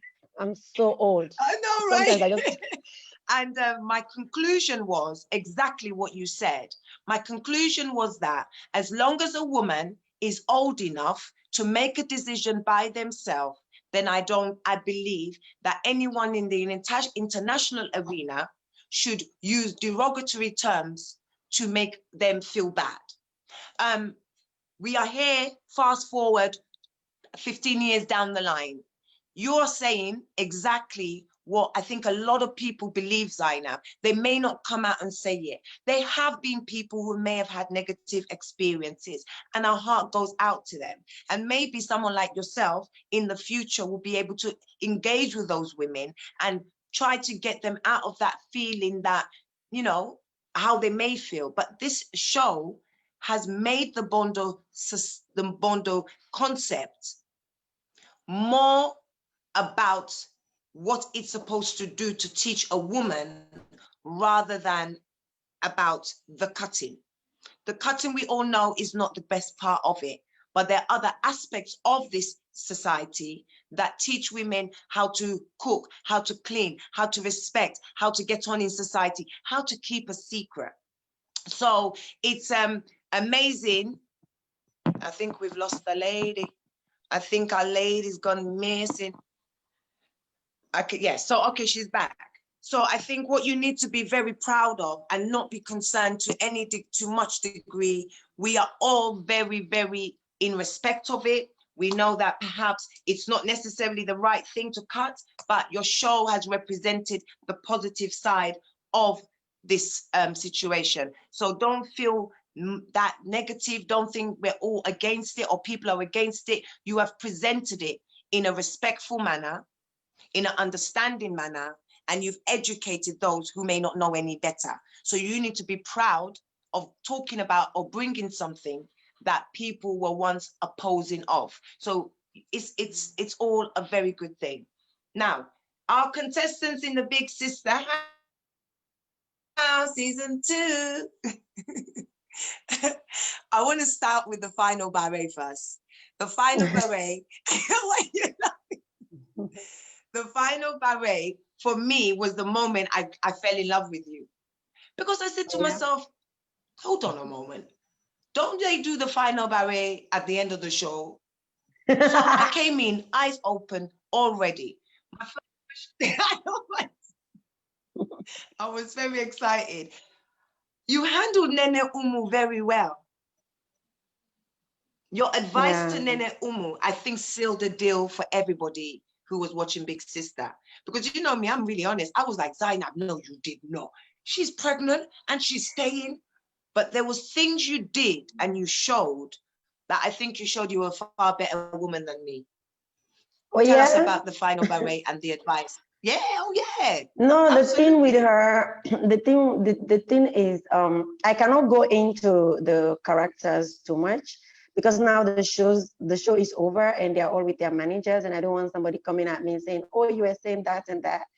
So, but the the final barret, one of the reasons was, one, you know, the barret, it was a twist that we added in less than a day before we went and do it. So it was like some of the women were leaving the country and they wanted to have a final barret session and they had things to say. And they actually asked me to be the Mamina Power because they wanted to talk about things. So I was like, okay, why not if you have things to talk about. And for the Neneumu beats, the thing is, her making her mistake was one thing, but we tried to correct her and we tried to talk to her and give her the benefit of the doubt and bring her back. And then she now did the same thing, but with a third party, with another person. And this person was in the hospital really sick and it was really serious.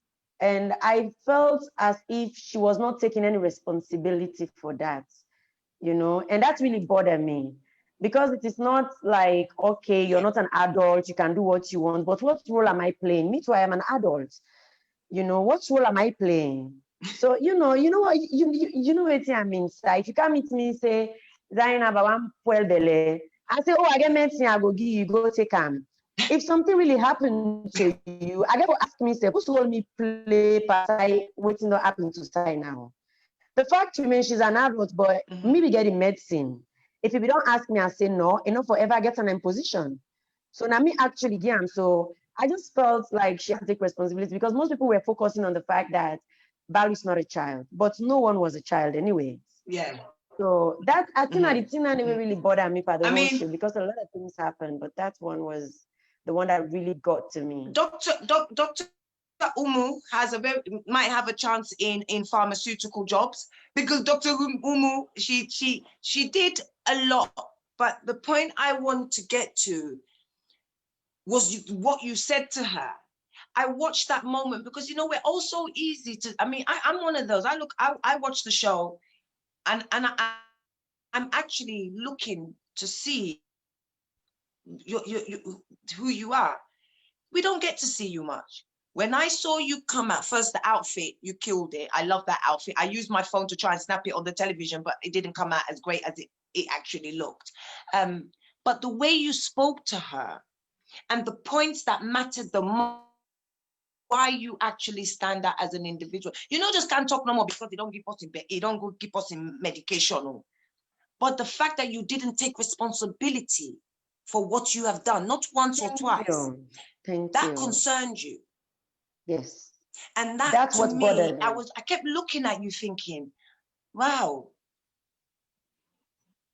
Yeah, but not for everybody. This is what I'm saying. I'm getting this vibe of you that you don't give yourself maybe sometimes as much credit as you really deserve. It's not everyday people think like that, you know, especially when you've got a very good way of picking the wood from the oak, yeah? You know, so the oak na fake one, you know, the wood na the proper thing. So you know how to separate and look at the facts rather than the emotions. And I think that really sold at that final barre. You were dealing with facts and you weren't really dealing with people's emotions. And you really stood out. You really stood out. And I think you should be very, very proud of yourself. And you're making me feel so good. You touched me. And another thing you did really well, you spoke to these girls. You spoke to them like, I sat there watching, I had my pen and in the end, all I was doing was just watching. I couldn't even write no more because they were your friends. These were people to you. These were not just contestants. And I think that's what separates you from a lot of people, Zainab. And you need to really know that.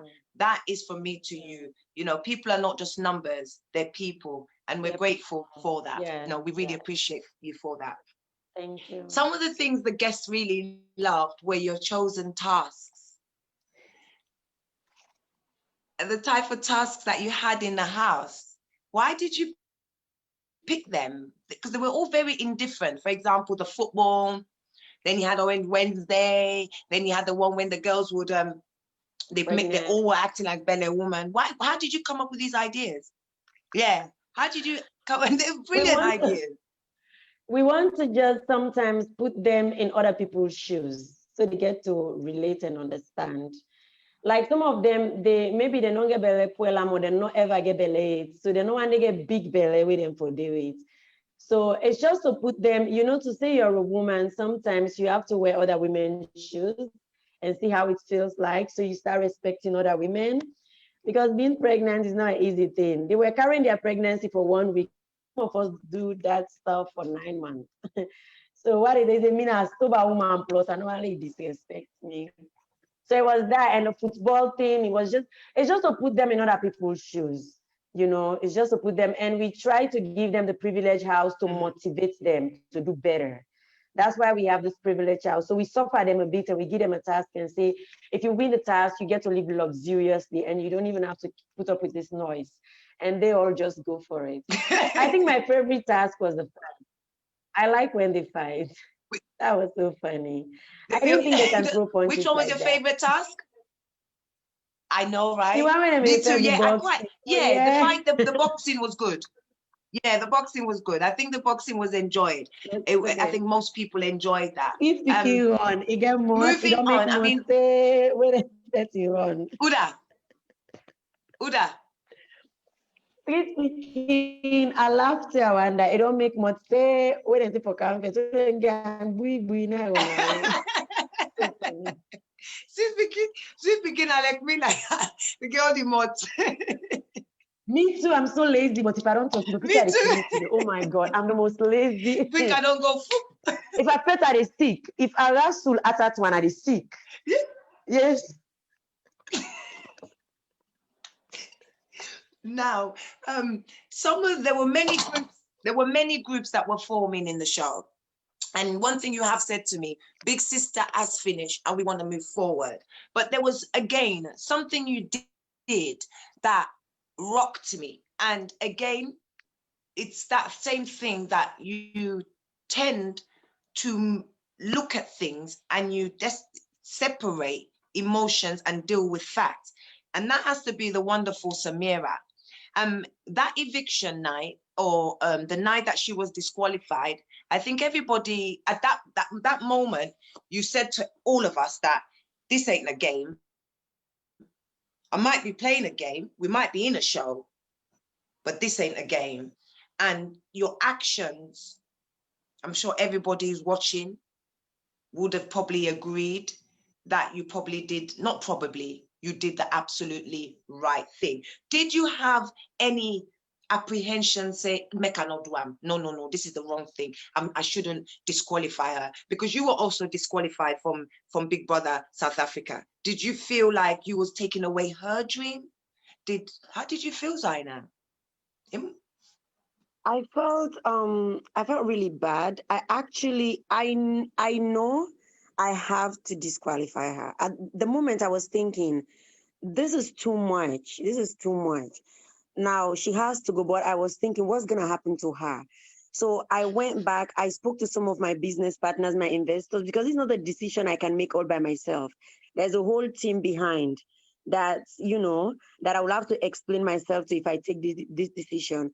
So I went back and talked to them. And now what I wanted was, like, I felt she needed to go. She needed to be disqualified.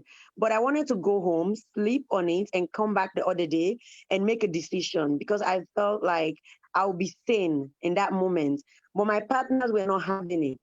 My partners were like, no. She needs to go. This is too much. She needs to go. So I wanted to do it, but I would have waited and think about it. But everybody behind me was like, let's do it. So we did it. And as soon as we disqualified her, they got her in the car. She was leaving the set. I made a call. I said, where is she? They said she's at the hotel. I really felt so terribly bad. I felt so bad that I had to go to the hotel and cancel her. This is the weirdest thing. I was there till 2 a.m. because I talked to her. Oh my God. I didn't want her to do anything stupid to herself. I was like, what if she does something? What if this? I was thinking all kinds of things, and I don't know what emotional state she was at. So I had to go to her hotel. Me and one of the technical director, we were there for 2-3 hours. But guess what? We go console Samira. When we go now, in the explain to me, now in just the talk. So me, I don't even know if now in the space or not in the space. So I was looking at her like, girl, I don't even understand. I thought you were stressed, but I think I am more stressed than you. Because she was like, oh, I'm going to turn it around. I'm going to turn it. Actually, she was speaking everything positive. And I look at her, I'm like, oh, Samira, okay, so maybe this is a good thing, because she was like, I'm going to turn this around, with her British accent. I'm going to turn this around. And she started to speak all these British accents, and I was just the colleague picking. I was like, okay, well, I'll just keep you company. So we sat there till I noticed you have this just thing. need me to keep your company. So we sit until 2. I noticed you love this British accent. So we need to go home. Yeah.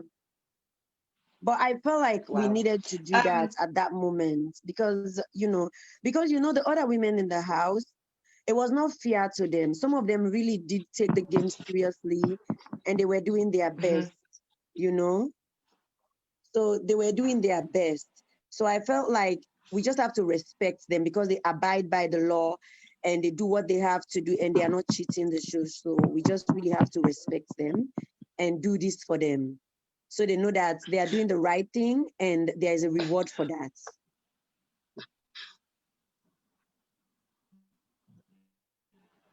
for us, the viewers, do not worry. We loved every moment of it. I mean, it's only probably you must have been a bit worried about Samira, but we the viewer them, Lord God, that day, I swear to me, God. I remember all the cabal them in London, they're watching right now. Some of them are inside, they're inside this Zoom. It was, I mean, street speaking, I mean, Eve, Sophie, I mean, in fact, another part you played very good, how you did unfolded the truth. Because the story was coming very, very, very watered. and then I think you clocked at some moment, then picking at the deeper something. Because I listened to your voice and I could hear you say, hey, una wait now, una can't see. And all of a sudden, Samira was evicted. I think it was a very good decision. What about the culprits, the ninjas that were involved, that were turning up in the middle of the night? Ninja DJs. I mean, have they you sorted them out as well, right?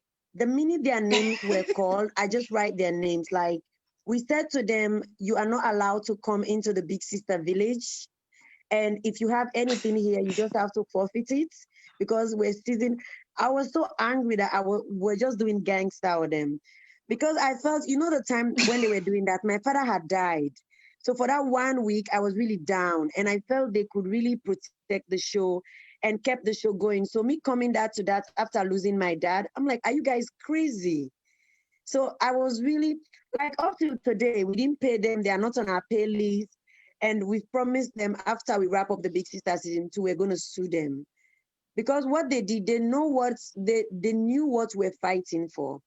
Some of them personally know me because I came into this country 2012 when I returned back, you know, and I met some guys in the entertainment industry who were very good, but they were idling around because they don't have things to do. And I picked them up and we worked together, opened a company for them, you know, get them a house, just let them know that their talent is valued and it's respected. And if somebody mentored it, it can be something. So for them to turn back and do this to me at a time where everybody's fighting to kill the show, my dad is dead, and you already know the corporate fight that is going on behind the scene.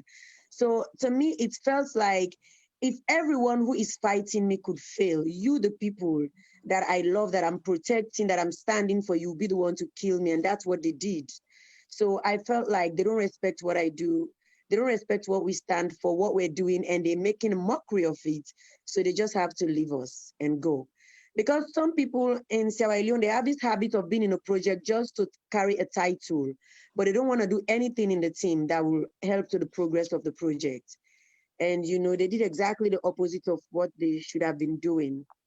So anyways, they're all fired and they're gone, and they apologize, they write letters. I mean, on behalf of probably everybody that is watching, emails, those who are in the Zoom. No one cares. I mean, rest assured, on behalf of everybody, your decision was not only the best, you had no other option. I mean, as much as it was funny for me, because I mean, I love just watching the drama. None. No other option. No other option. No, absolutely. But then this is the thing about you. You're quite good at making decisions quick and fast. Very quick. And that is in life. It's about making a decision at the right time. You know, you could have dragged that on. I mean, probably me, I would have felt sorry for Samira. I say, well, I beg, not, you know. So the fact that you made that decision at that time, with all the culprits that were involved, I mean, you saved the show to some degree, because even when I was vlogging, I remember when I was vlogging and there was so many emotions. Even I said to myself, this is not right. How can the DJ be doing this? No. Zainab has to. Boop. Within a day, you just dealt with the matter. And no, you probably didn't know I was saying what I was saying on my live, but I was actually quite upset because I thought, no, Zainab, you can't do this. And then once again, you just throw me down the river, and I had no choice to stick with you because I thought, this girl's sharp. She's too sharp for us. We need to keep up. They need to keep up with you. Because inside, what had happened was, it was already an investigation going on, but everybody was hiding it from me. So they already caught 2 of the guys who were giving phones to the women in exchange for all sort of things. So Aminata, the lady who is doing my number 2, she's also my model. Miss Sierra Leone. Yeah, she works with us.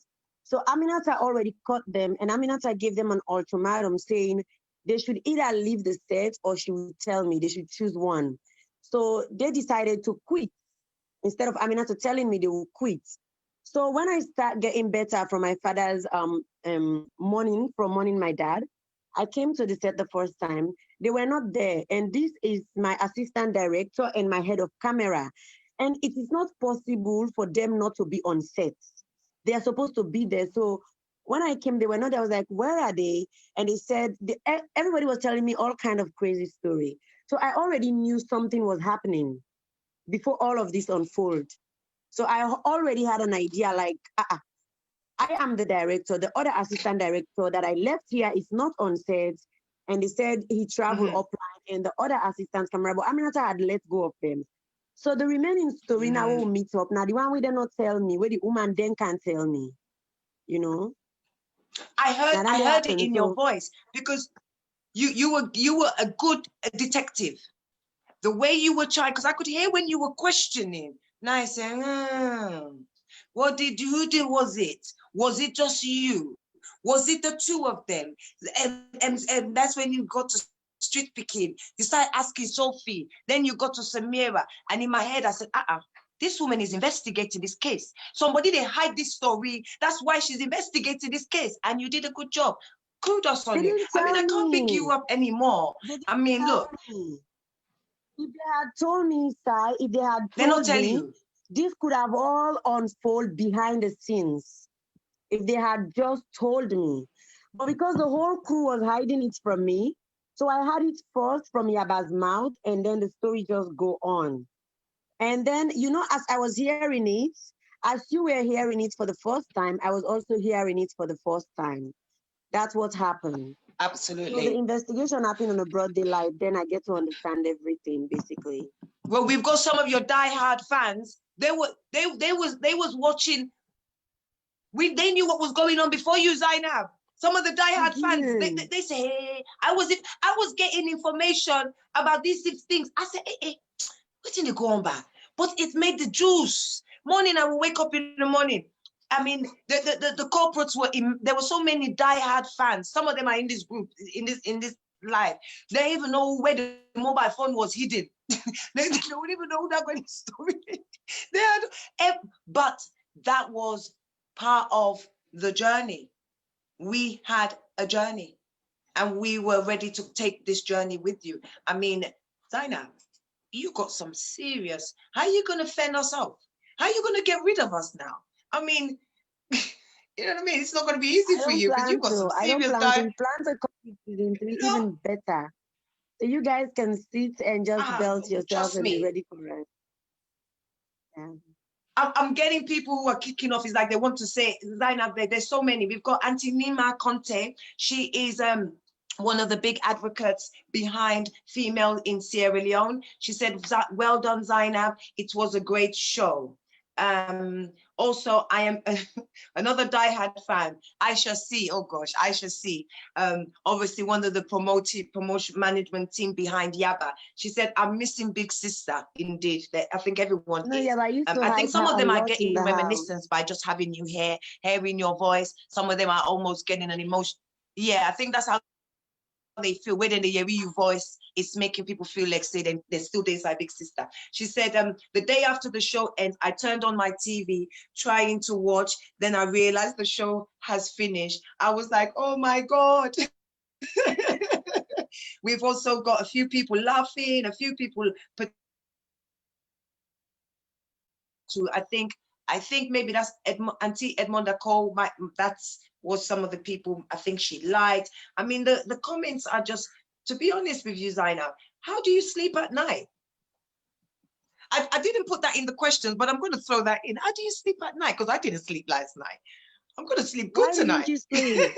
How did you sleep? How do you sleep at night knowing all these people have this expectation of you, my love? It's inspiring. It's inspiring. It's so inspiring.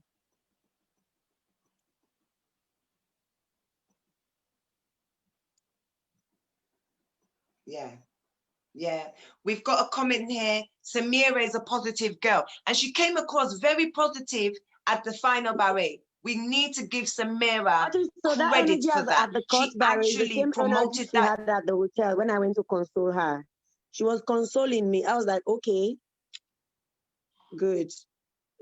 It's like that. She's Yeah, like that. she did well for your show. She did extremely well to keep the peace and that solace that she produced on that day. That harmony, that expect the unexpected makes her one of your biggest champions of that show. Trust me when I You're right. say that. You're right. She delivered You're very, right. very well because I was just putting guns blazing. Pop, pop, pop.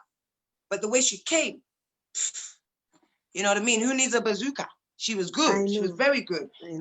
We've got Kanu Aliyu. This is the big sister, Mamina. Please report. Okay, Kanu says, this is big sister, Mamina Power.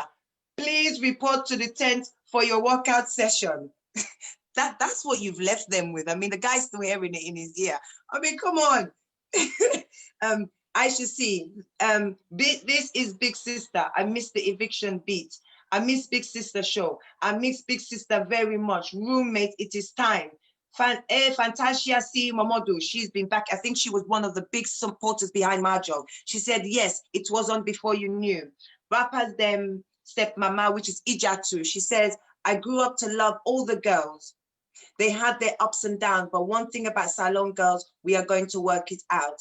Maria Aziz Bangura, I really missed the show. Fantasia said, someone sent me the eviction sound yesterday. My heart was pounding as I listened. This is big sister, Mamina Power. You have 1 hour for your call to your throne.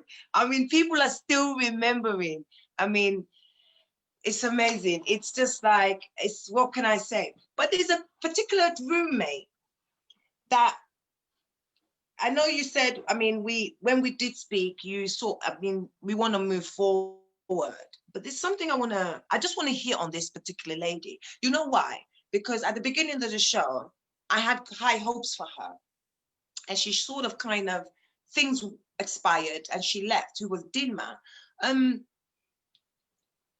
At the final ballet, which is one of the reasons I wanted to mention her, there was that situation where things almost escalated with Yaba and Dinma. Without going too much into it, what advice would you like to give these two ladies moving forward? Because, hey, you know, they have given us the life that we are all sitting here today. The two of them were wonderful to watch. We know Kuskas Dongon, we know say drama, we know say isms and schisms. What advice would you like to give the two of them? Not to bring, in fact, our show, now we get show now into disrepute, and how to try to resolve any of the matters which expired between the two of them. What advice would you give them? It's really simple, Nonsai. Shows like Big Brother or Big Sister reality TV show, when you go in there, whatever happened in there, when you come out, you shouldn't come out with it. So what I would say to them is that they go into the Big Sister show as friends. They should make sure after the Big Sister show, they continue to be friends. If you go into the Big Sister show where you're supposed to make friends and make family, and a show that promotes togetherness and oneness, and you go in there and make an everlasting enemy, it is to say you went in there to do exactly the opposite of what the show stands for. So that's what I was even promoting in the court barre. Like, you guys are friends. You came in here as friends and you will go out as friends. So that's what I would say to them. It is not worth it, really. I keep saying, I always say to them, there's life after Big Sister. When you're in the village, it can be heated. You know, it's a tight space where all of you are in.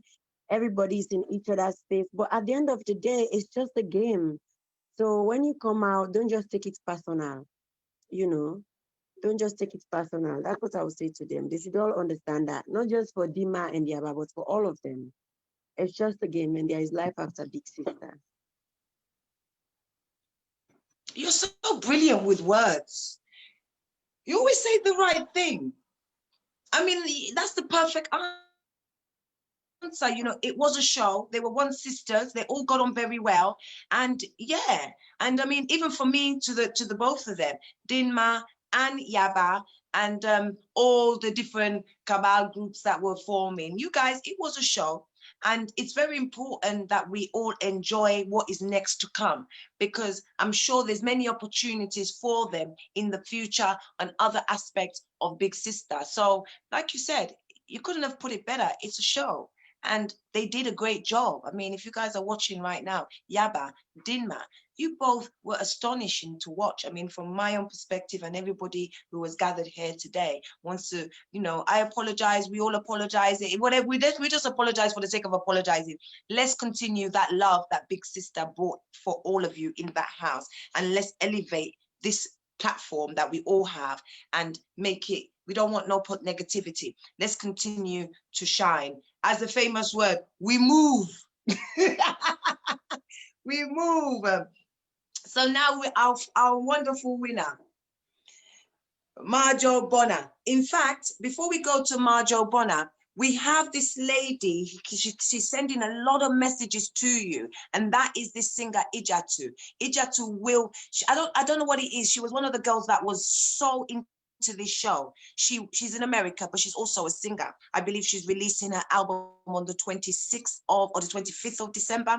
And this particular lady, from whenever I speak to her, she is overwhelmed with joy with the moment she hears you. I think you guys may have known each other when she was very small, when she was in Freetown. And it's just somebody, she's so excited about this show. I'm getting messages come through. She putting it on the live. Ijatu, we're wishing you all the best. I'm wishing you all the best. I mean, if Zainab music, you love Zainab music, you guys can make music, fantastic. But I want to just go on to Marjo Bonner, our winner. What was it about Marjo at the auditions why she made it to the Big Sister house? Energy. She came in, she was wearing 2 pairs of different crepe and lace. If you can go back and watch. I remember when she walked into the room, it was like Red Bull, like energy drink. Wow.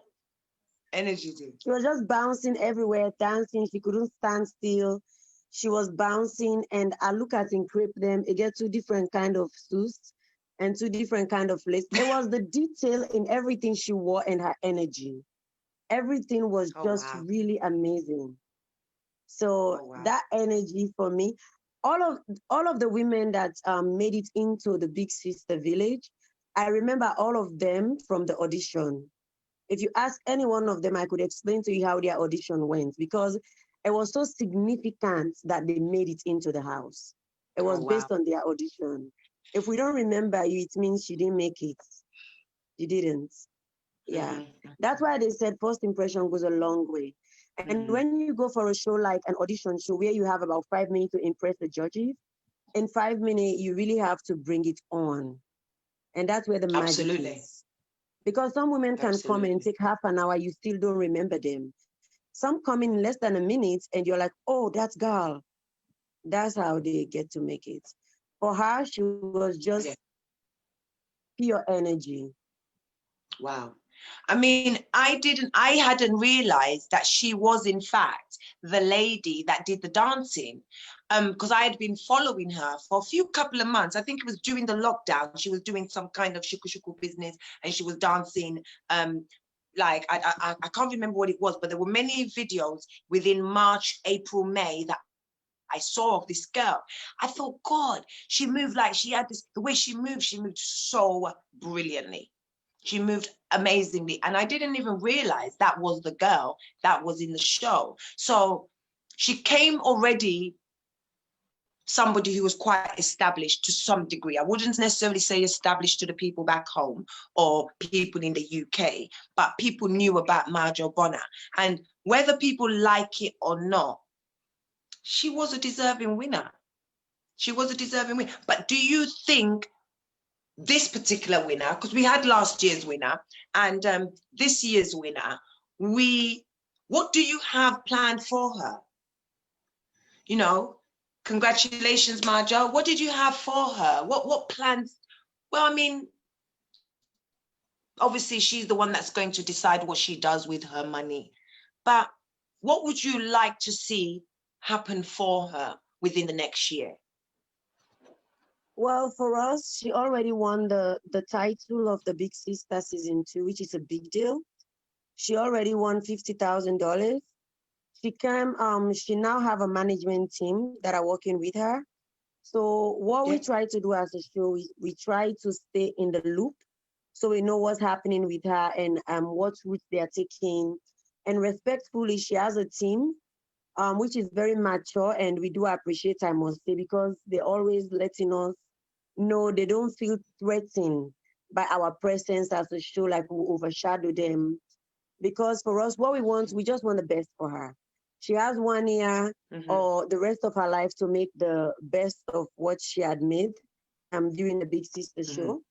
We want what's best for her. She has $50,000. We wish with her team they could invest it wisely. If they ever need our advice, we will advise them. But we try not to push too hard because I learned from my experience from the season 1 winner. It was chaotic, it was drama, it was everything that I didn't want. And me, I'm the kind of person that learns from my mistakes because I like to take chances.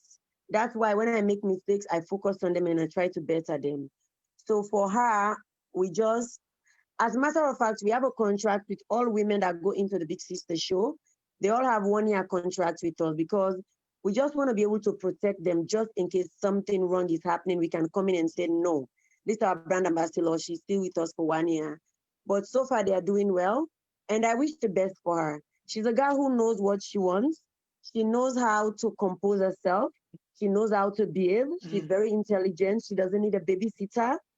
She knows exactly what she wants and how to go for it. You saw her in the Big Sister village. Everybody thought she was being quiet or dull, while she was actually just maintaining her game. At the end of the day, you saw that she was not saying, I am not as rude as every other girl. She was not saying, I am not as this as any other girl. She was just saying, I am maintaining, I know what I'm here for, and I'm going to act accordingly. It is the power of being in charge of yourself. So she did that. Absolutely. And we're very proud of her, and we know she's going to do well.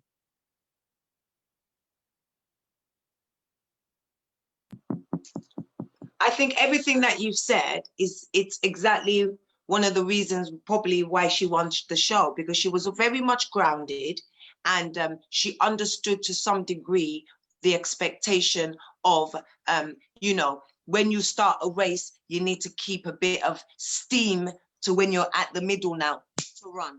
So I think some people perhaps may not have calculated timing and run out of steam. Who knows? But Marjo, for me, quite frankly, she will be a very good winner. She will elevate the show for next year. A question some of the viewers have mentioned though, Zainab, I'm going to reserve myself as I say this to you, because I agree with your decision, but do you at times, or have you questioned the fact that the girls at home on the ground might have less or be less knowledgeable on how to win a competition like this? But now I've said that, I'm going to take it back, because our last winner was on the ground, but that was all girls on the ground. Do you think that our girls on the ground in free time could perhaps be a little bit disadvantaged if up against someone from the UK or perhaps someone from America? No, they're not. They're actually at an advantage. This is a question I've been asked. Even when I was promoting the show, people were saying, oh, the girls who are coming, they're going to beat our women here. No. If you watch the show as you did, sir, you will see that Marjo did not win because she's coming from America. No, she didn't. That has nothing to do with her winning. In fact, as a matter of fact, she played the game humbly. She played it so well. She was so on point at every time. And every time you give her the chance to tell the fans what she wants from the show, or what she's looking for, or what she would do with the money, she always have an answer. It's straight and it's pure, and it's the same answer from the audition to the end of the show. So the girl knew what she wants. She knew what she was promoting, and she promoted it very well. So it was not about whether she was coming from America or she was coming from Sierra Leone or any other country, or it's not about that. And I think the women who watch the show know that, and the women who were competing with her, they know that as well. She did not win because she's coming from America. She didn't at all. She won Okay. because she deserved it. She fought the battle fearlessly, and she stood up for herself. She was really confident, you know. And, you know, she never gave up until the end. She won. Yeah. Okay. I mean, this to And that me being said, please, next is, audition, we just need bear to with see me. London babes. I beg, UK babes. You guys need Hey, to Zainab, I come. have to stop you. I have to stop you. Something is happening. I have a party. You guys, you are holding me here. I have a party to attend today. You know that.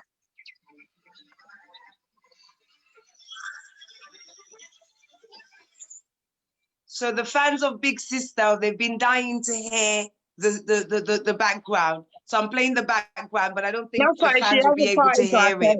attend. Okay. So the last few questions, if we could mute yourself, please. The last final question, Zainab, you have 5 people.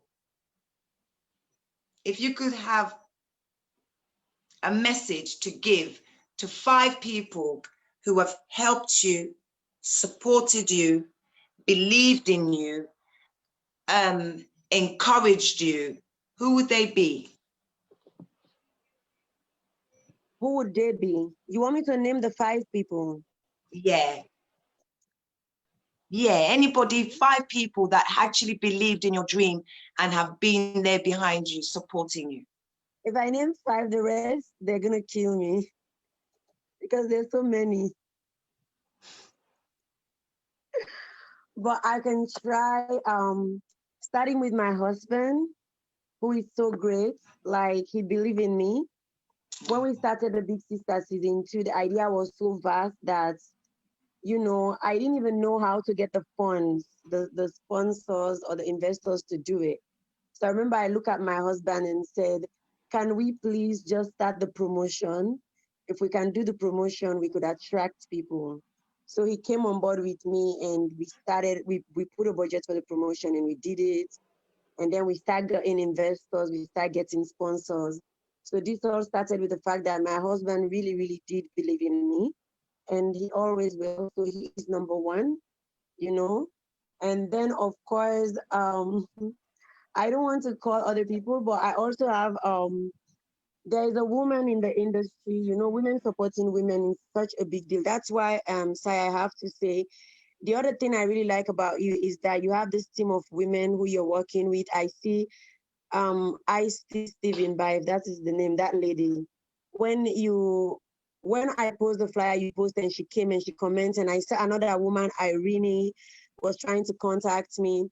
Every time you see a woman having team of women behind her, trust me, don't ever doubt them, they can achieve anything. I have this woman called Auntie Jenny Amara Bangali. She's been with me since I was probably 16 when I started Miss Parties and all of this stuff. And she has believed in me and she's always been with me. She's my mother, you know, she's my other mother that I have.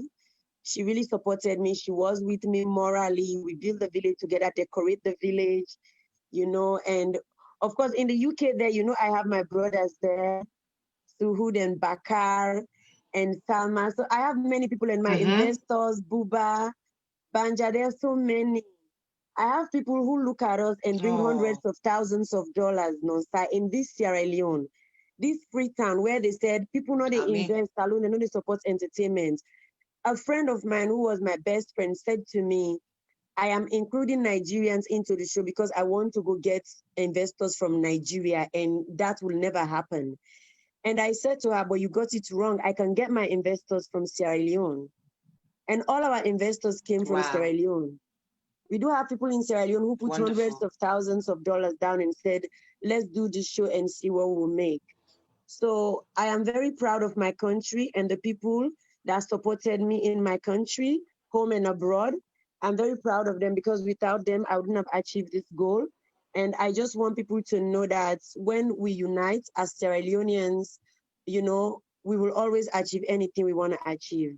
If you see a Sierra Leonean is doing something great, support them, whether it's morally, socially, financially, just try and support them. And I do have some women from the diaspora. There was a woman who was doing for me, Go Fund You. Do you remember that?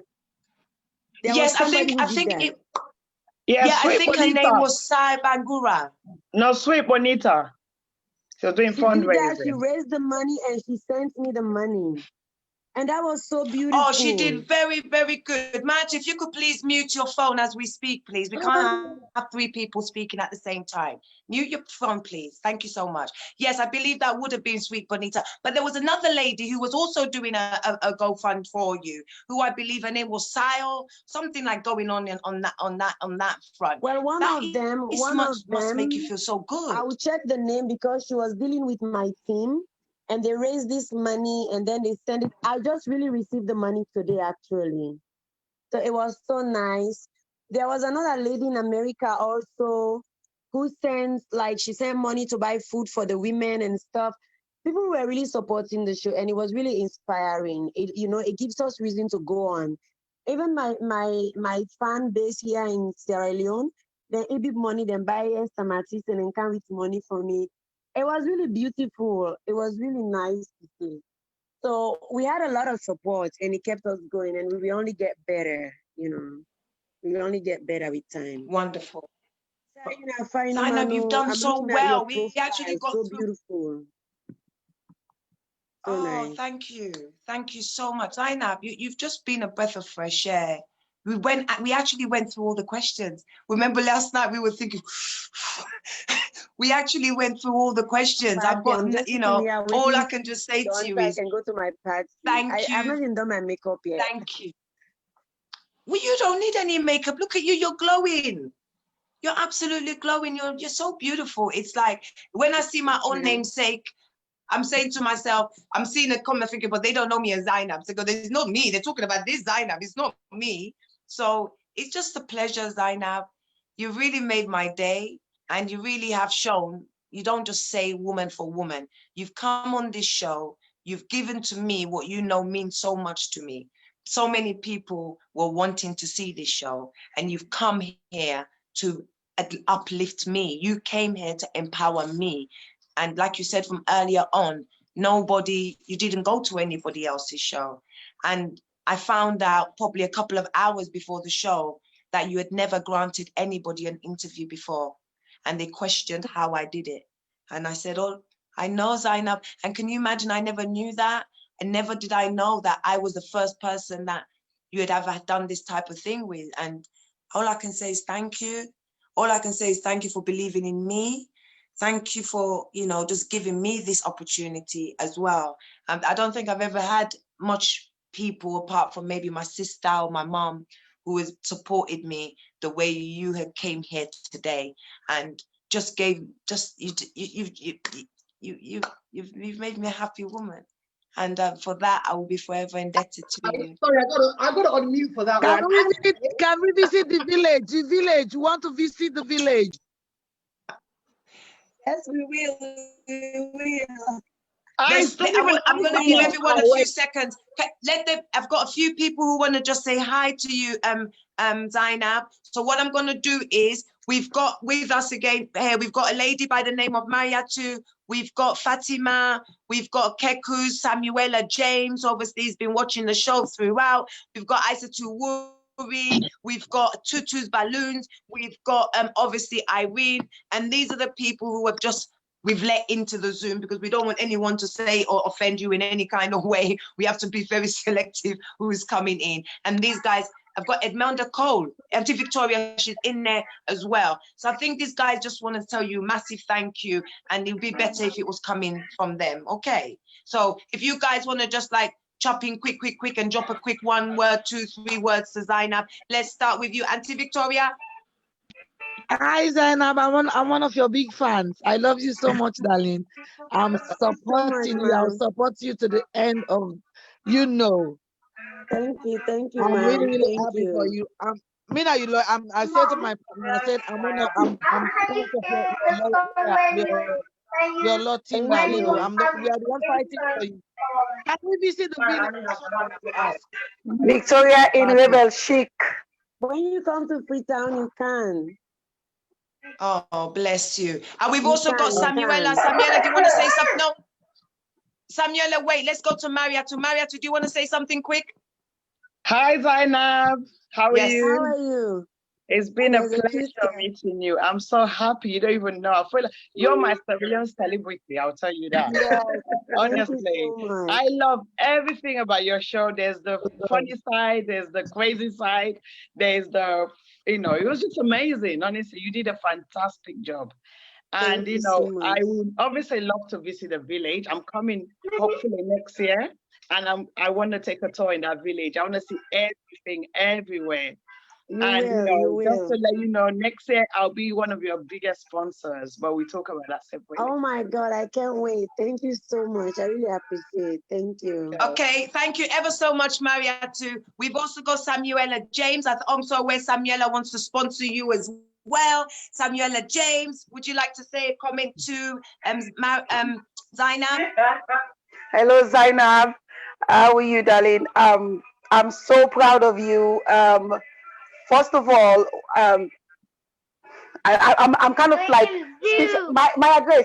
I don't want Zainab Sharif to know about you. Go, please. I've Like, seen her. She's so cute. seen her. You see, my address. Zainab Sharif know about you. Hey God. Listen, Zainab. Um, um, um, Thank you so much. All I can say is thank you. I was like 100% behind you. I was writing those status. I know they were going to kill me, but I didn't care. I honestly, I didn't care. Some of them I would tag you. I don't know if you saw it, but you know what? You inspired us so much, and I can't wait to, because I've met you before, obviously, when you came for Afro Arts, and we were like right in the front. And anyway, I'll see you when I come to Freetown. I'll bring you some lashes from Rebel Chic Closet and some Duchess crown. I love you so much, darling. Thank you so much. Thank you so much. Thank you. Thank you. Thank you so Ice much. Movie Stevens, are you with us still, Ice? I'm here. Zainab, I just wanted to say this because you guys covered everything. But there's a lot of misconceptions about Zainab. So, it's not just like you. When I said to me, when I contact you, I said to her, this lady, all I did when I wanted to do a ball party ceremony, when I emailed her, asked her if I can use the pictures. And she just said, go ahead. And she actually put the ball flyer picture on her wall. I'm like, this girl don't get problem on that side. You understand? I think people that don't try to reach her, they just got her. I'm like, come on, man. I'm like, after all, you go ahead. And I'm glad this turned out this way. I also wanted you to know we're actually doing a women, there's group going on, where women each other. So yeah, this is wonderful, Zainab. What you did there, forget political affiliation, forget who you know what. You just made sure, you have a dream, believing it would happen. No matter what. Thank you so much. Thank you, Ice. And over to Tutu. Zainab. We've got Tutu. Sorry, Zainab, I'm gonna send someone to you one of these days to drop the crown for you. They're in Sierra Leone. Thank you. Okay. Thank you. And I think we've got Tutu in the house. Tutu, would you like to give a thank you? Are you still with us in there? Tutu Balloons? Yes, I am. Zainab Sharif, you've been a source of inspiration. It gives me goosebumps to sit back and just remember everything you've been through. I've seen you through the highs, through the lows. You've been through the valley and you've held it together. You've sustained and maintained yourself really well. You're an epic model, a role model for us all to copy. And I just want to say thumbs up to you. We love you and we're behind you. Thank you so much. Thank you. Thank you so much. Wow. Guys, thanks. Thank you. Thank you for everybody as well who's come to watch, from Maya to Samuela, Isa to Tutu's, Auntie Victoria. I think Auntie Fatih is in there. Auntie Fatih Fofi, she's still with us. Yeah. Well, Nasta. Hi. Hi, Auntie Zainab, Fatih. Auntie Fatih has been a warrior for this show. Would you like to say something? Oh my God. I love you so much. You made us proud, I'm telling you. My children, my colleagues, everyone thought I was crazy. But at some point, I was actually dreaming about the show. Trust me. Are you serious? Yeah, honestly, I was dreaming about the girls. But Zainab, she sometimes was. She I dreams tell you, about this show all the time. I Thank was so you. worried. The lowest part of the time when the SLBC said pray for Big Sister show. Oh my goodness. I was so worried. I prayed and my kids were laughing at me. They said, Mom, why are you praying? I said, no, this lady, she made us proud. I'm so happy. I really love her. And guess what? They all want to see you. Look at that. Look at her. You see, they're now shy. They want to see you. Everybody loves you. I'm telling you. Oh, thank you guys so You made much. You us guys are proud. so Thank you so amazing. much. You made us proud. Thank you so And Thank you, much. guys. next year, if there's Thank anything everybody. any of Thank you. us Thank can you. do, let us know. Okay. Okay? Thank you. Thank you. I think Thank you Okay. Kekus so wants much to for say everything. something, Nasai. Kekus. Yes, Kekus, Mr. Kekus Kalma. This is Zainab. This is the gentleman who has been vlogging the show with me, and Kekus has been in literally every single Zoom with me. I mean, Kekus, I'm not gonna lie. I mean, this guy has taken this journey with me. So Kekus, over to you. I just want to salute the boss lady, and I'm so grateful and honored this, for they accept Okada we show. Now we don't show this today. I I'm know, very I proud of know, I you know. and the nation at large. Now we show this. And I just want to, I'm just gonna say this in Creole. I want to let you know, say every partner they always say well and day. Everybody's well proud of you. And for me personally, I'm so proud of you. With NASA, we are 100% proud of you. Keep it up and let Thank you nothing so hold you much. back. That was the time you can't Gambia, but I was very late for meet with you there because I was late from coming from Quebec. But we are proud of you Okay. and keep it up, okay? Okay. Thank you All the way very from much. Banjul. I don't know what's And last but not least, Irene Gomez. I know you're behind there in the back. Zainab, Irene has been working on this show. Zainab, And without Irene, Hi. the show would have never been. This lady came to me and gave me power in such a way, in such a silent way. Irene, if you're there, would you like to say a word to the lady herself? I think Zainab talk at me say woman they will all get for empower with self and help self in a little way. So from when Zainab talk, Sunday you never for be for let your person, never for be the face, let the person be the face. You push them on the person, give the person that confidence that not to all man get for be the spotlights at the same time. Zainab, you are a superstar, you rock. Thank you so much. God bless you. Thank you so much, Irene. And thanks for contacting me and helping me with the Zoom. That was you, right? Yeah, it was. I'm so confused. It's all right. I know when they use Zoom. I was so Zainab, confused, honestly. Thank you so much. Thank you, guys. Thank you for having me. Thank you all so much. And just the final word from me to you, Zainab. I mean, let's wait for next year, 2021. Yes, can't wait. Bring it on! And, as we start to make preparations, we're ready.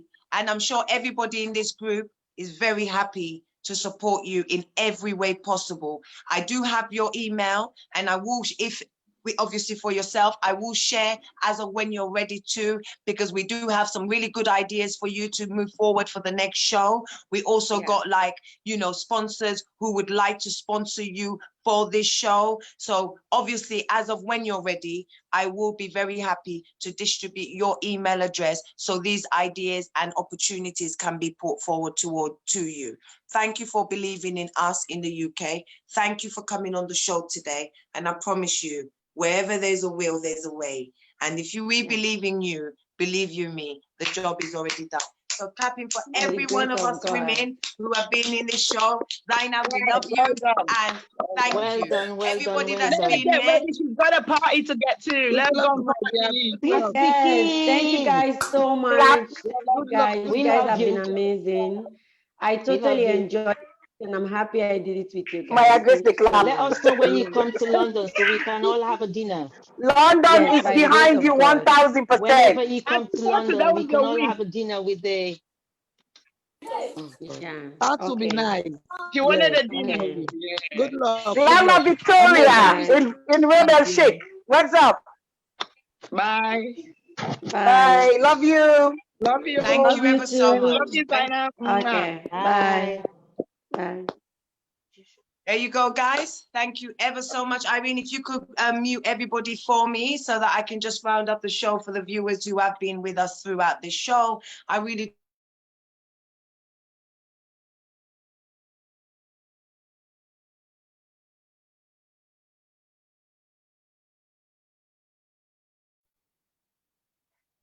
Nasa, you're muted.